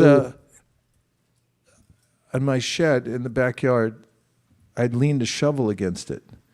And then a spider made the web connected from the handle of the shovel to the shed. And I said, listen, we got to talk. Because this has to move. I can't leave it here forever and wait for your whole family to be born and the whole thing. I gently moved it, helped to relocate, but I was thinking that, yeah, that's me. And then I looked at my house and I'm thinking, yeah, I'm that spider. That's me. I'm talking to him. I should be talking to myself. Because, if the earthquake comes, which could any second, and knocks it down, then I'm like, hey. So, yeah, that's the vision that Prabhupada had, and he taught us to cultivate. Jai. Maharaj, one more point on young, since you mentioned about the dreams, and there's a chapter in Beyond Illusion and Doubt dedicated to young. And Young says that we wear so many masks. He calls it a glorified term called persona, and it's actually a big term in software industry, persona. But Young warns us that you are wearing so many masks and you might start becoming the mask. And you have to be at least aware that if you're using the mask, you are wearing one. So I thought it would be relevant. Yes, this persona idea, David Haberman, who is a preeminent scholar in Gaudiya Vaishnavism, he wrote a book about this, and he mentions how Raga Anuga Bhakti literally means to develop this persona. It's not artificial, because but what the process is mentioned in Tannama Rupa Charitari Sukirtananu Smrityo Kramena Rasana Manasini Yoja Tishtan Vraje Tananuragi Jananugami Kalam Nayed Akilamityupadesha Saram. That through this process of Krishna consciousness, hearing, chanting, etc., we realign ourselves with a persona, Tishtam Raje Tananuragi. It means we find a person, we become naturally attracted. Our appreciating capacity awakens naturally through Vaidhi Bhakti. And then we start getting attracted to a persona in Vrindavan. And when we do that, then this is the awakening of our natural relationship with Krishna. And by then cultivating that more, then that persona, which is our eternal nature, awakens. And we start taking on that natural, eternal persona. And that's the transfer process.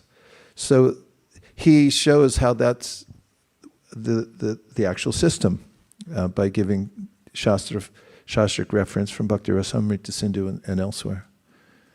Thank you very much, Vaikuntha Nayaka. Thank you, Bhaj. Hare Krishna. Okay, one, 2, 3, 4, 5, and finished. Okay. Yes. That's I've got an algorithm in my head. It's whirring right now. I can hear it, and I can see exactly how I'm going to finish. Okay, just ask short questions. Yes. And I'll get Krishna, Maharaj, thank you for the nice class. I'm glad to have you back. So mine is a little practical question. During book distribution, what I've observed normally, you don't handshake, you just put your hand and the other person reciprocates. But what if the situation is the person who's on the other hand wants to get a handshake? Give it to him. I go all out, and I'll give fist bump because people are lonely and they need human touch. And when you give human touch, they're so happy and everybody reaches for it. It's like I was on Oxford Street. It's the hardest place in the world. They call it working the ox. So, there's 100 people who go by and boom, if somebody touches your hand, like you can feel it. That I'll do like this and people are walking by and they'll come back. I've had somebody come across the street in traffic because I went like that, somebody across the street and they cross. So they need that. But yeah, fully commit if somebody wants, but learn how to shake hands. Different people shake hands differently. There's different handshakes. Here, I'll demonstrate. Come here. This is the fist bump. Everybody knows that. Of course, there's extended fist bump, which you may not know. It goes 1, 2, 3, 4, 5. Like that. Some people, some cultures, if you know the fist bump, how to do the whole thing, then they'll just stay with you. And then other people, they do like boom, boom, boom, boom, boom, like that, and then like this. There's lots of ways to shake hands, but if somebody wants to shake hands, I heartfelt lean into it and really shake their hand, because we're trying to make a heart-to-heart connection with people. And there's nothing more satisfying than making a heart-to-heart connection with somebody because they're another soul. Anyway, I won't go into too much detail because I got an algorithm running in my head. Okay, who is next? Somebody keep count for me. Otherwise, we'll just throw the microphone. You fight it out amongst yourselves. Who else? Yes. Thank you for such a wonderful class, and especially how we can take they saw that there was Krishna protected them with Aghasura, and he will protect again. And also I remember in Bhagavad Gita 2.56, Prabhupada says that one should be daring and active in our one service. Can you please elaborate a little bit, give how one can be daring and active following this principle? There's a verse in the 18th chapter of the Bhagavad Gita, right before Sarvadharman Parityaja, where Krishna says,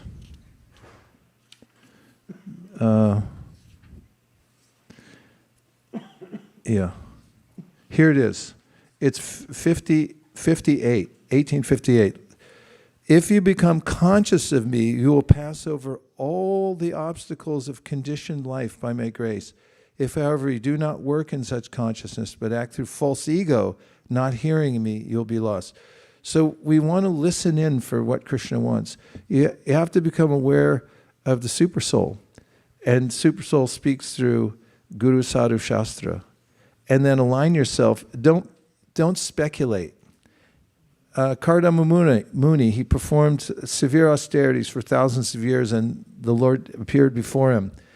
And he was very submissive, and he was very vulnerable also. He told him everything, whatever he wanted, his material desire. He said and of course it wasn't exactly material because he was entrusted with populating the universe. He said, I want a wife. And you know what Lord Narayan said? I know that. I already know that. And so he said, I've made an arrangement for you. When Swayambhuva Manu brings Devahuti, because it was a great match, and much is made of that in Prabhupada's purports, then Swayambhuva Manu just gives a little fatherly advice. And he said, my daughter's a gem. You should take her. And he said, he's preemptively saying, if you back out of this, it's going to be really bad for you, because this is arranged by the Lord, and everyone will say that you really made a bad decision. And they get married, obviously. So we should find out what it is Krishna wants us to do. We have to listen very carefully. We have to purify ourselves also and listen to Super Soul very carefully. And we have to also verify it by hearing the voices of those sadhus we respect from the spiritual master, from the Shastra. Line it up and then act. And so Krishna again says, if you become conscious of me, you will pass over all the obstacles of conditioned life by my grace. If, however, you do not work in such consciousness, but act through false ego, not hearing me, you will be lost. So that's the system. Straight up Krishna consciousness. Okay, there was two more? Yes. 1, 2. Okay.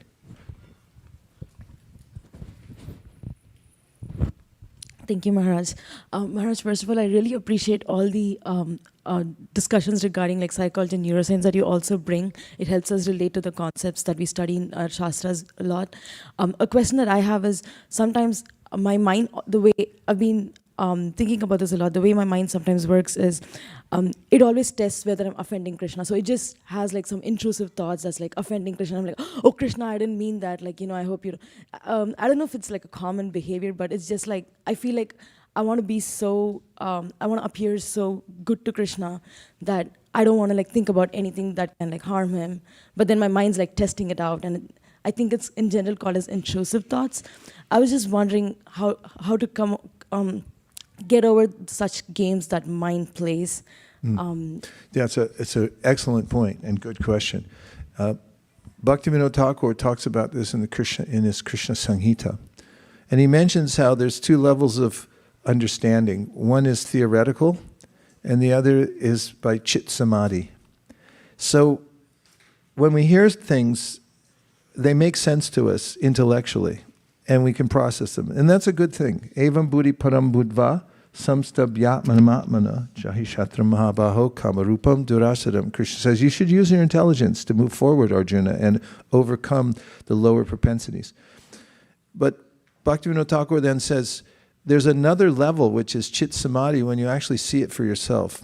Ubayarapi drishton tas, you actually drishta, you're actually seeing it for yourself, which means that from our own practice, which requires a clear playing field for our lives, we can't mess around. If we mess around, there are 4 regulative principles. There's also all kinds of extracurricular activity in the material world that can scramble our brain enough so that we're not going to hit chit samadhi. So we should cultivate sattva as much as possible in whatever we do. And then in our deep practice, by Krishna's mercy, we can have an experience that's full. It's not mental, it's not intellectual, but it's a full experience. We actually see it for ourselves. And when that happens, we're on solid ground. And we can have a reason, I said reasonable, has to do with the mind more than the intelligence. But then it's natural for us to adjust the way we interact with Krishna, and it's not theoretical or mental. Yeah. Okay? Was there one last? Okay.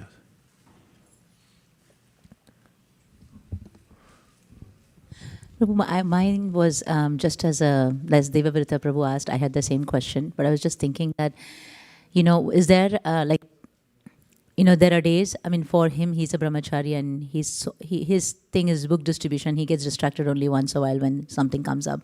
But a person like me, every day in and out, there is only distractions. So, life goes like a sine curve. Then you work so hard and then you'll go up and all wonderful days and everything, very Krishna conscious. There'll always be a trough where it'll go like, you don't even know whether you are even Krishna conscious or, even think about Krishna ever, and, all trash will go on. And again, you realize and again, you wake up. So I was just thinking that, is there a way that you can tell Krishna, I chose to be away from you. You gave me independence and I misused it. Now that I am surrendered to you, can you just make sure that I don't get distracted? Because it looks like, for me personally, it looks like for eternity, I go up and down, up and down, up and down. Yeah, you can do that.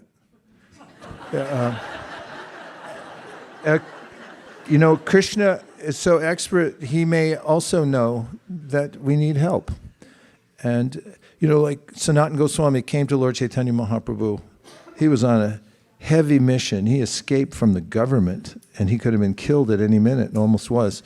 And then when he got to Lord Chaitanya looked at him a little askance. And then he could understand, oh yeah, I got this blanket from my brother-in-law. And he went and traded it in, came back, and Lord Chaitanya said, very good, very good, very good. And then he said, a physician will never leave even a small semblance of the disease in the patient. He wants to make sure it's all gone. So look at Dhruva Maharaj. He wanted something so badly that he was willing to do anything. Worship God, I'm going, boom. Then afterwards, he said, I don't want it. And Krishna said, no, take it anyway. You stay here, you take it, take the thing. You have it. So he's most expert in helping so that we should always remain sincere. But if he gives us another situation, then that's his mercy. That, okay, compare this. Even with Sudama, Vishwanath Chakravarti Thakur says, why did he get so much opulence?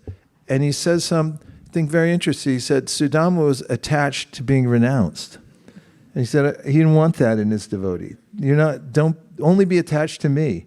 And so he wanted to show him the complete dichotomy. So poor, now you're so rich, richer than Indra. So now, let's see you be devotional there. So whatever situation, we should develop this devotional equilibrium that Krishna, whatever you want. Narayana parak sarve, nikutaschana bhibyati, swarga pavarga, narakeshu, api tuli arta darshina. We're equal in any situation Krishna puts us in. Last one, we got 1.5 minutes. Better be a short question. Yes.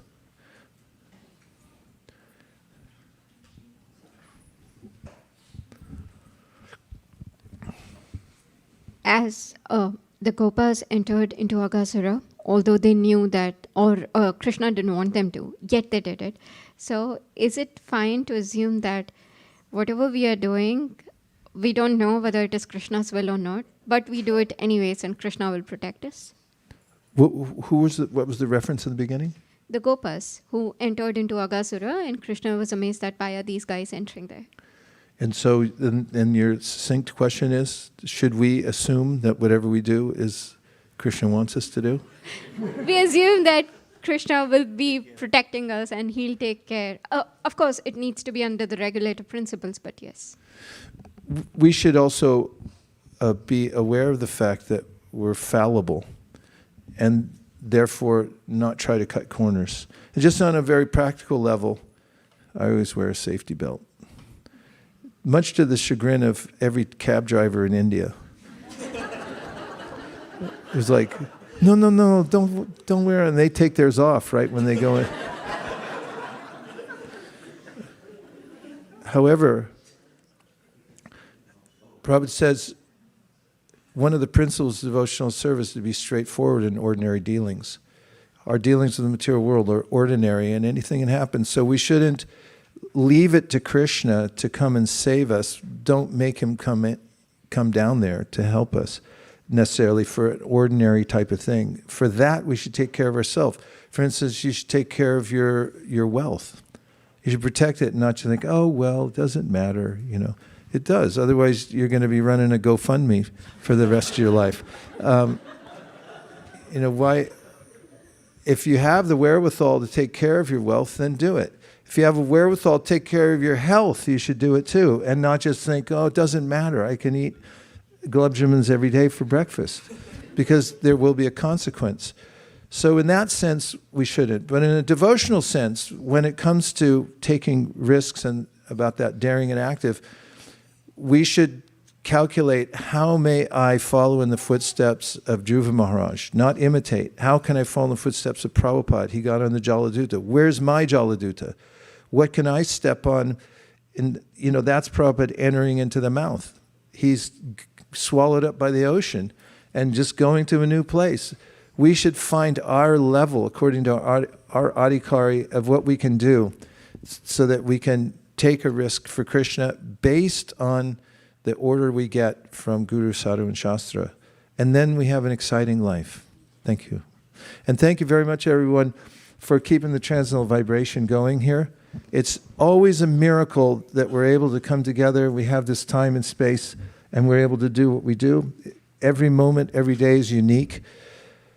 We're in the throes of so many different projects, and we have great opportunity to stay the course in every one of them and just fully take shelter of Krishna in this circumstance, the goals that we're going for in all departments here.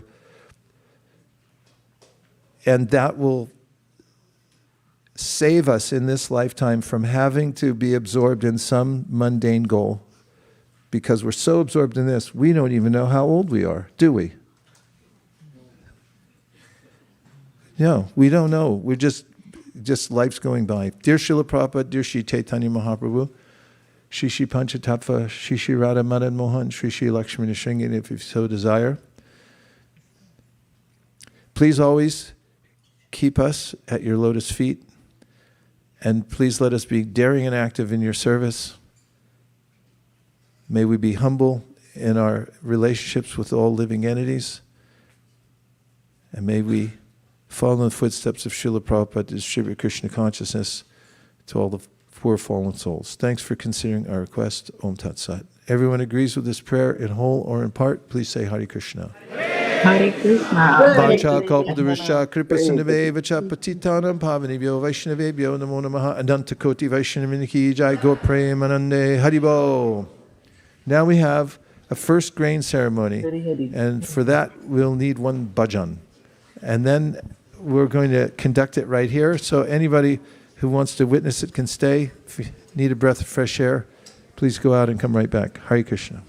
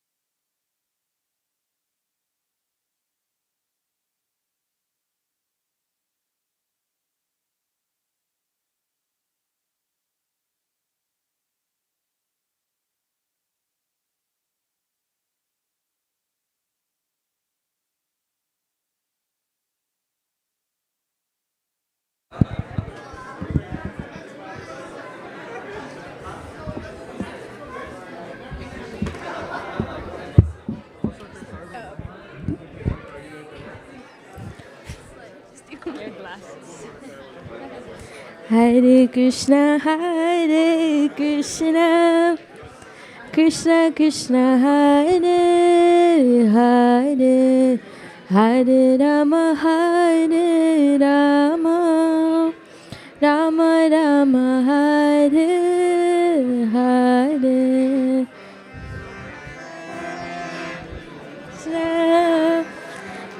Krishna Krishna, Hare Hare, Hare Rama.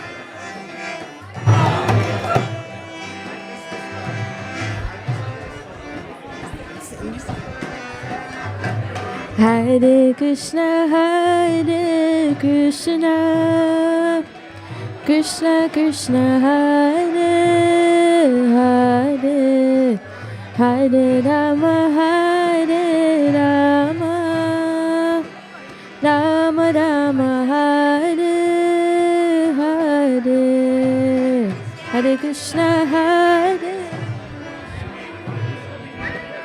Krishna Krishna, Hare Hare, Hare Rama, Hare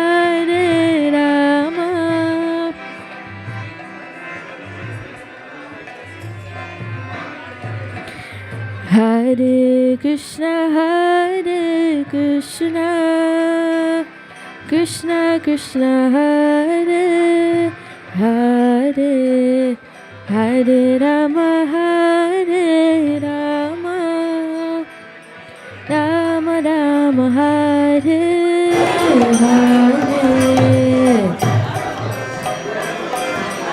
Krishna Krishna Krishna, Hare Hare, Hare Rama,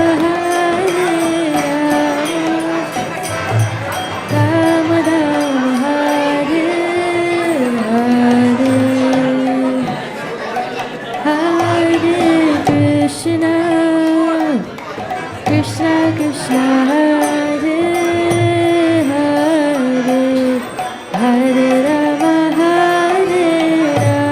Rama Rama, Hare Hare. Hare Krishna, Krishna Krishna, Hare Hare, Hare Rama, Rama Rama, Hare Hare.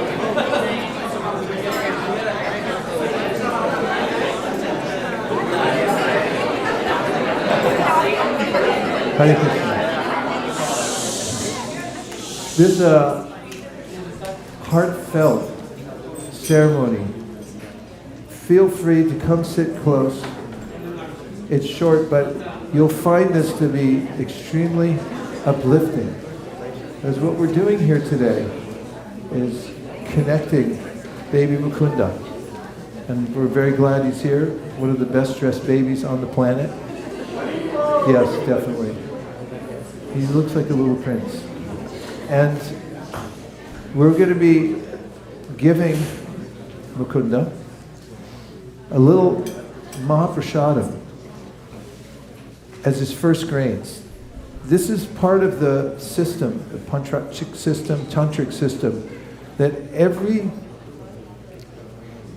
avenue that we have to connect with Krishna, we take advantage of, starting from a very early age, the formative ages. So that's what's going to happen. We have the Maha Sweet Rice right here. We have the baby. Not yet. I'm just saying, we have what we need. And Mahesh and Shivani, congratulations for bringing Mukunda. And this is Mother, your mother. Welcome. Hare Krishna. Okay. Savana bhavatu, savana bhunaktu, sahatiryan karvavahai, tejasvinam adityam astu ma vidvishavahai. Om Shanti Shanti Shanti.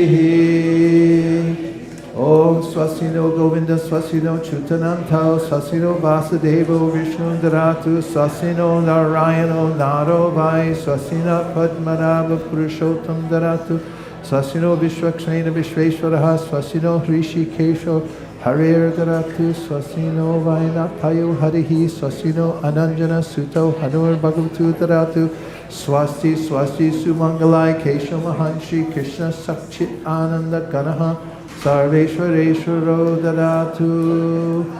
Jai Shri Krishna Chaitanya Prabhu Nityananda Shri Advaita Gadadhara Srivasari Gaurabhaktavinda.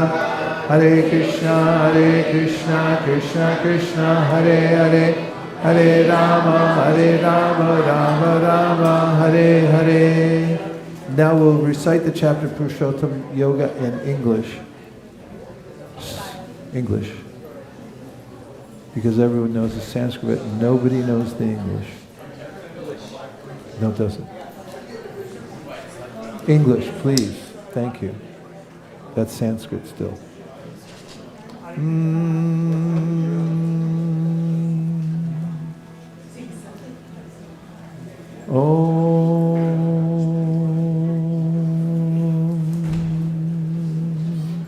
The Supreme Personality Godhead said, it is said that there is an imperishable banyan tree that has its roots upward and its branches down, and its leaves of the Vedic hymns. One who knows this tree is the knower of the Vedas. The branches of this tree extend downward and upward, nourished by the three modes of material nature. The twigs are the objects of the senses. This tree also has roots going down. These are bound to the fruit of actions of human society. The real form of this tree cannot be perceived in this world. No one can understand where it ends, where it begins, or where its foundation is. But with determination, one must cut down this strongly rooted tree, the weapon of detachment. Thereafter, one must seek that place from which, having gone, one never returns, and there surrender to that Supreme Personality of Godhead from whom everything began and from whom everything has extended since time immemorial. Those who are free from false prestige, illusion, and false association, who understand the eternal, who are done with material lust, who are freed from the dualities of happiness and distress, and who, unbewildered, know how to surrender unto that Supreme Person, attain to that eternal kingdom. That supreme abode of mind is not illumined by the sun or moon, nor by fire or electricity. Those who reach it never return to this material world. The living entities in this conditioned world are my eternal fragmental parts. Due to conditioned life, they are struggling very hard with the six senses, which include the mind. The living entity in the material world carries his different conceptions of life from one body to another, as the air carries aromas. Thus he takes one kind of body and again quits it to take another. The living entity, thus taking another gross body, obtains a certain type of ear, eye, tongue, nose, and sense of touch, which are grouped about the mind. He thus enjoys a particular set of sense objects. The foolish cannot understand how a living entity can quit his body, nor can they understand what sort of body he enjoys on the spell of the modes of nature. But one whose eyes are trained in knowledge can see all this. The endeavoring transcendentalists who are situated in self-realization can see all this clearly. But those whose minds are not developed and who are not situated in self-realization cannot see what is taking place, though they may try. The splendor of the sun, which dissipates the darkness of this whole world, comes from me, and the splendor of the moon and the splendor of fire are also from me. I enter into each planet, and by my energy, they stay in orbit. I become the moon, and thereby supply the juice of life to all vegetables. I am the fire of digestion in the bodies of all living entities, and I join with the air of life, outgoing and incoming, to digest the four kinds of foodstuffs. I am seated in everyone's heart, and from me come remembrance, knowledge, and forgetfulness. By all the Vedas I am to be known. Indeed, I am the compiler of Vedanta, and I am the knower of the Vedas. There are two classes of beings, the fallible and the infallible. In the material world, every living entity is fallible, and in the spiritual world, every living entity is called infallible. Besides these two, there is the greatest living personality, the Supreme Soul, the imperishable Lord Himself, who has entered the three worlds and is maintaining them. Because I am transcendental beyond both the fallible and in the infallible, and because I am the greatest, I am celebrated both in this world and in the Vedas as that Supreme Person. Whoever knows me as the Supreme Personality of Godhead without doubting is the knower of everything. He therefore engages himself full devotional service to me, O son of Bharat. This is the most confidential part of the Vedic scriptures, O sinless one, and it is disclosed now by me. Whoever understands this will become wise, and his endeavors will know perfection. Okay, now Mukunda, we would be very honored to give you your first grains.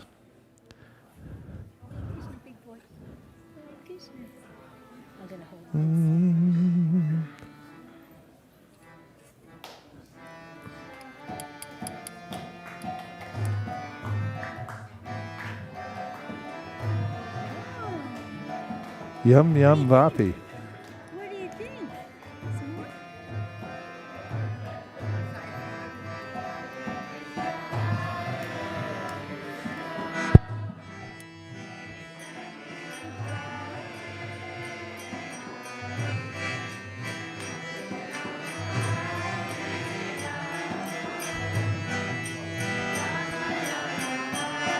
Go, Mukunda.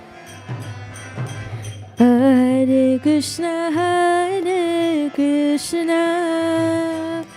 Krishna Krishna, Hare Hare, Hare Rama,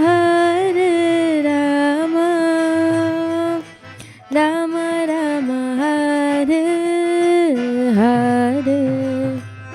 Hare Krishna, Hare Krishna, Krishna Krishna, Hare Hare, Hare Rama, Rama Rama, Hare Hare.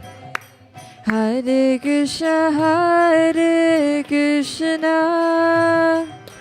Krishna Krishna, Hare Hare, Hare Rama, Rama Rama, Hare Hare. Hare Krishna, Krishna Krishna, Hare Hare, Hare Rama, Rama Rama, Hare Hare. Gaur Premanande, Hari Hari Bol. Okay, Mukunda. Now we're going to perform a very scientific process through which we can discern your proclivities in life and thus your likely future engagement. Before you here, we have the 10th canto of the Srimad Bhagavatam. Not any canto, but the 10th canto. On the other side, you'll see a huge pile of cash. There's jewels, gold, diamonds, rubies, pearls. And please have a look and then use whatever natural instinct you have to go for it. And we're going to calculate based on that. Okay, Mukunda?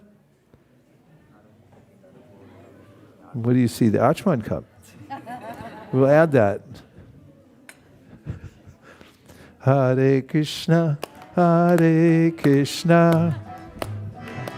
Krishna Krishna, Hare Hare, Hare Rama, Hare Rama. Yeah, add the beat back. Rama Rama, Hare Hare. Hare Krishna, Krishna, Krishna Krishna, Hare Hare, Hare Rama, Hare Rama, Rama Rama, Hare Hare. Hare Krishna, Hare Krishna, Krishna Krishna, Hare Hare, Hare Rama, Hare Feedback. Rama, Okay. Rama, Hare Hare. Very, very good. This is a great sign.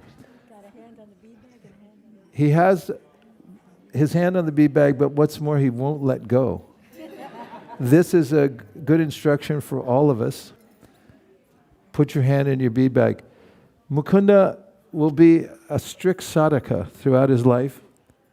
He'll be eager to chant Hare Krishna and to teach it to other people all over the world.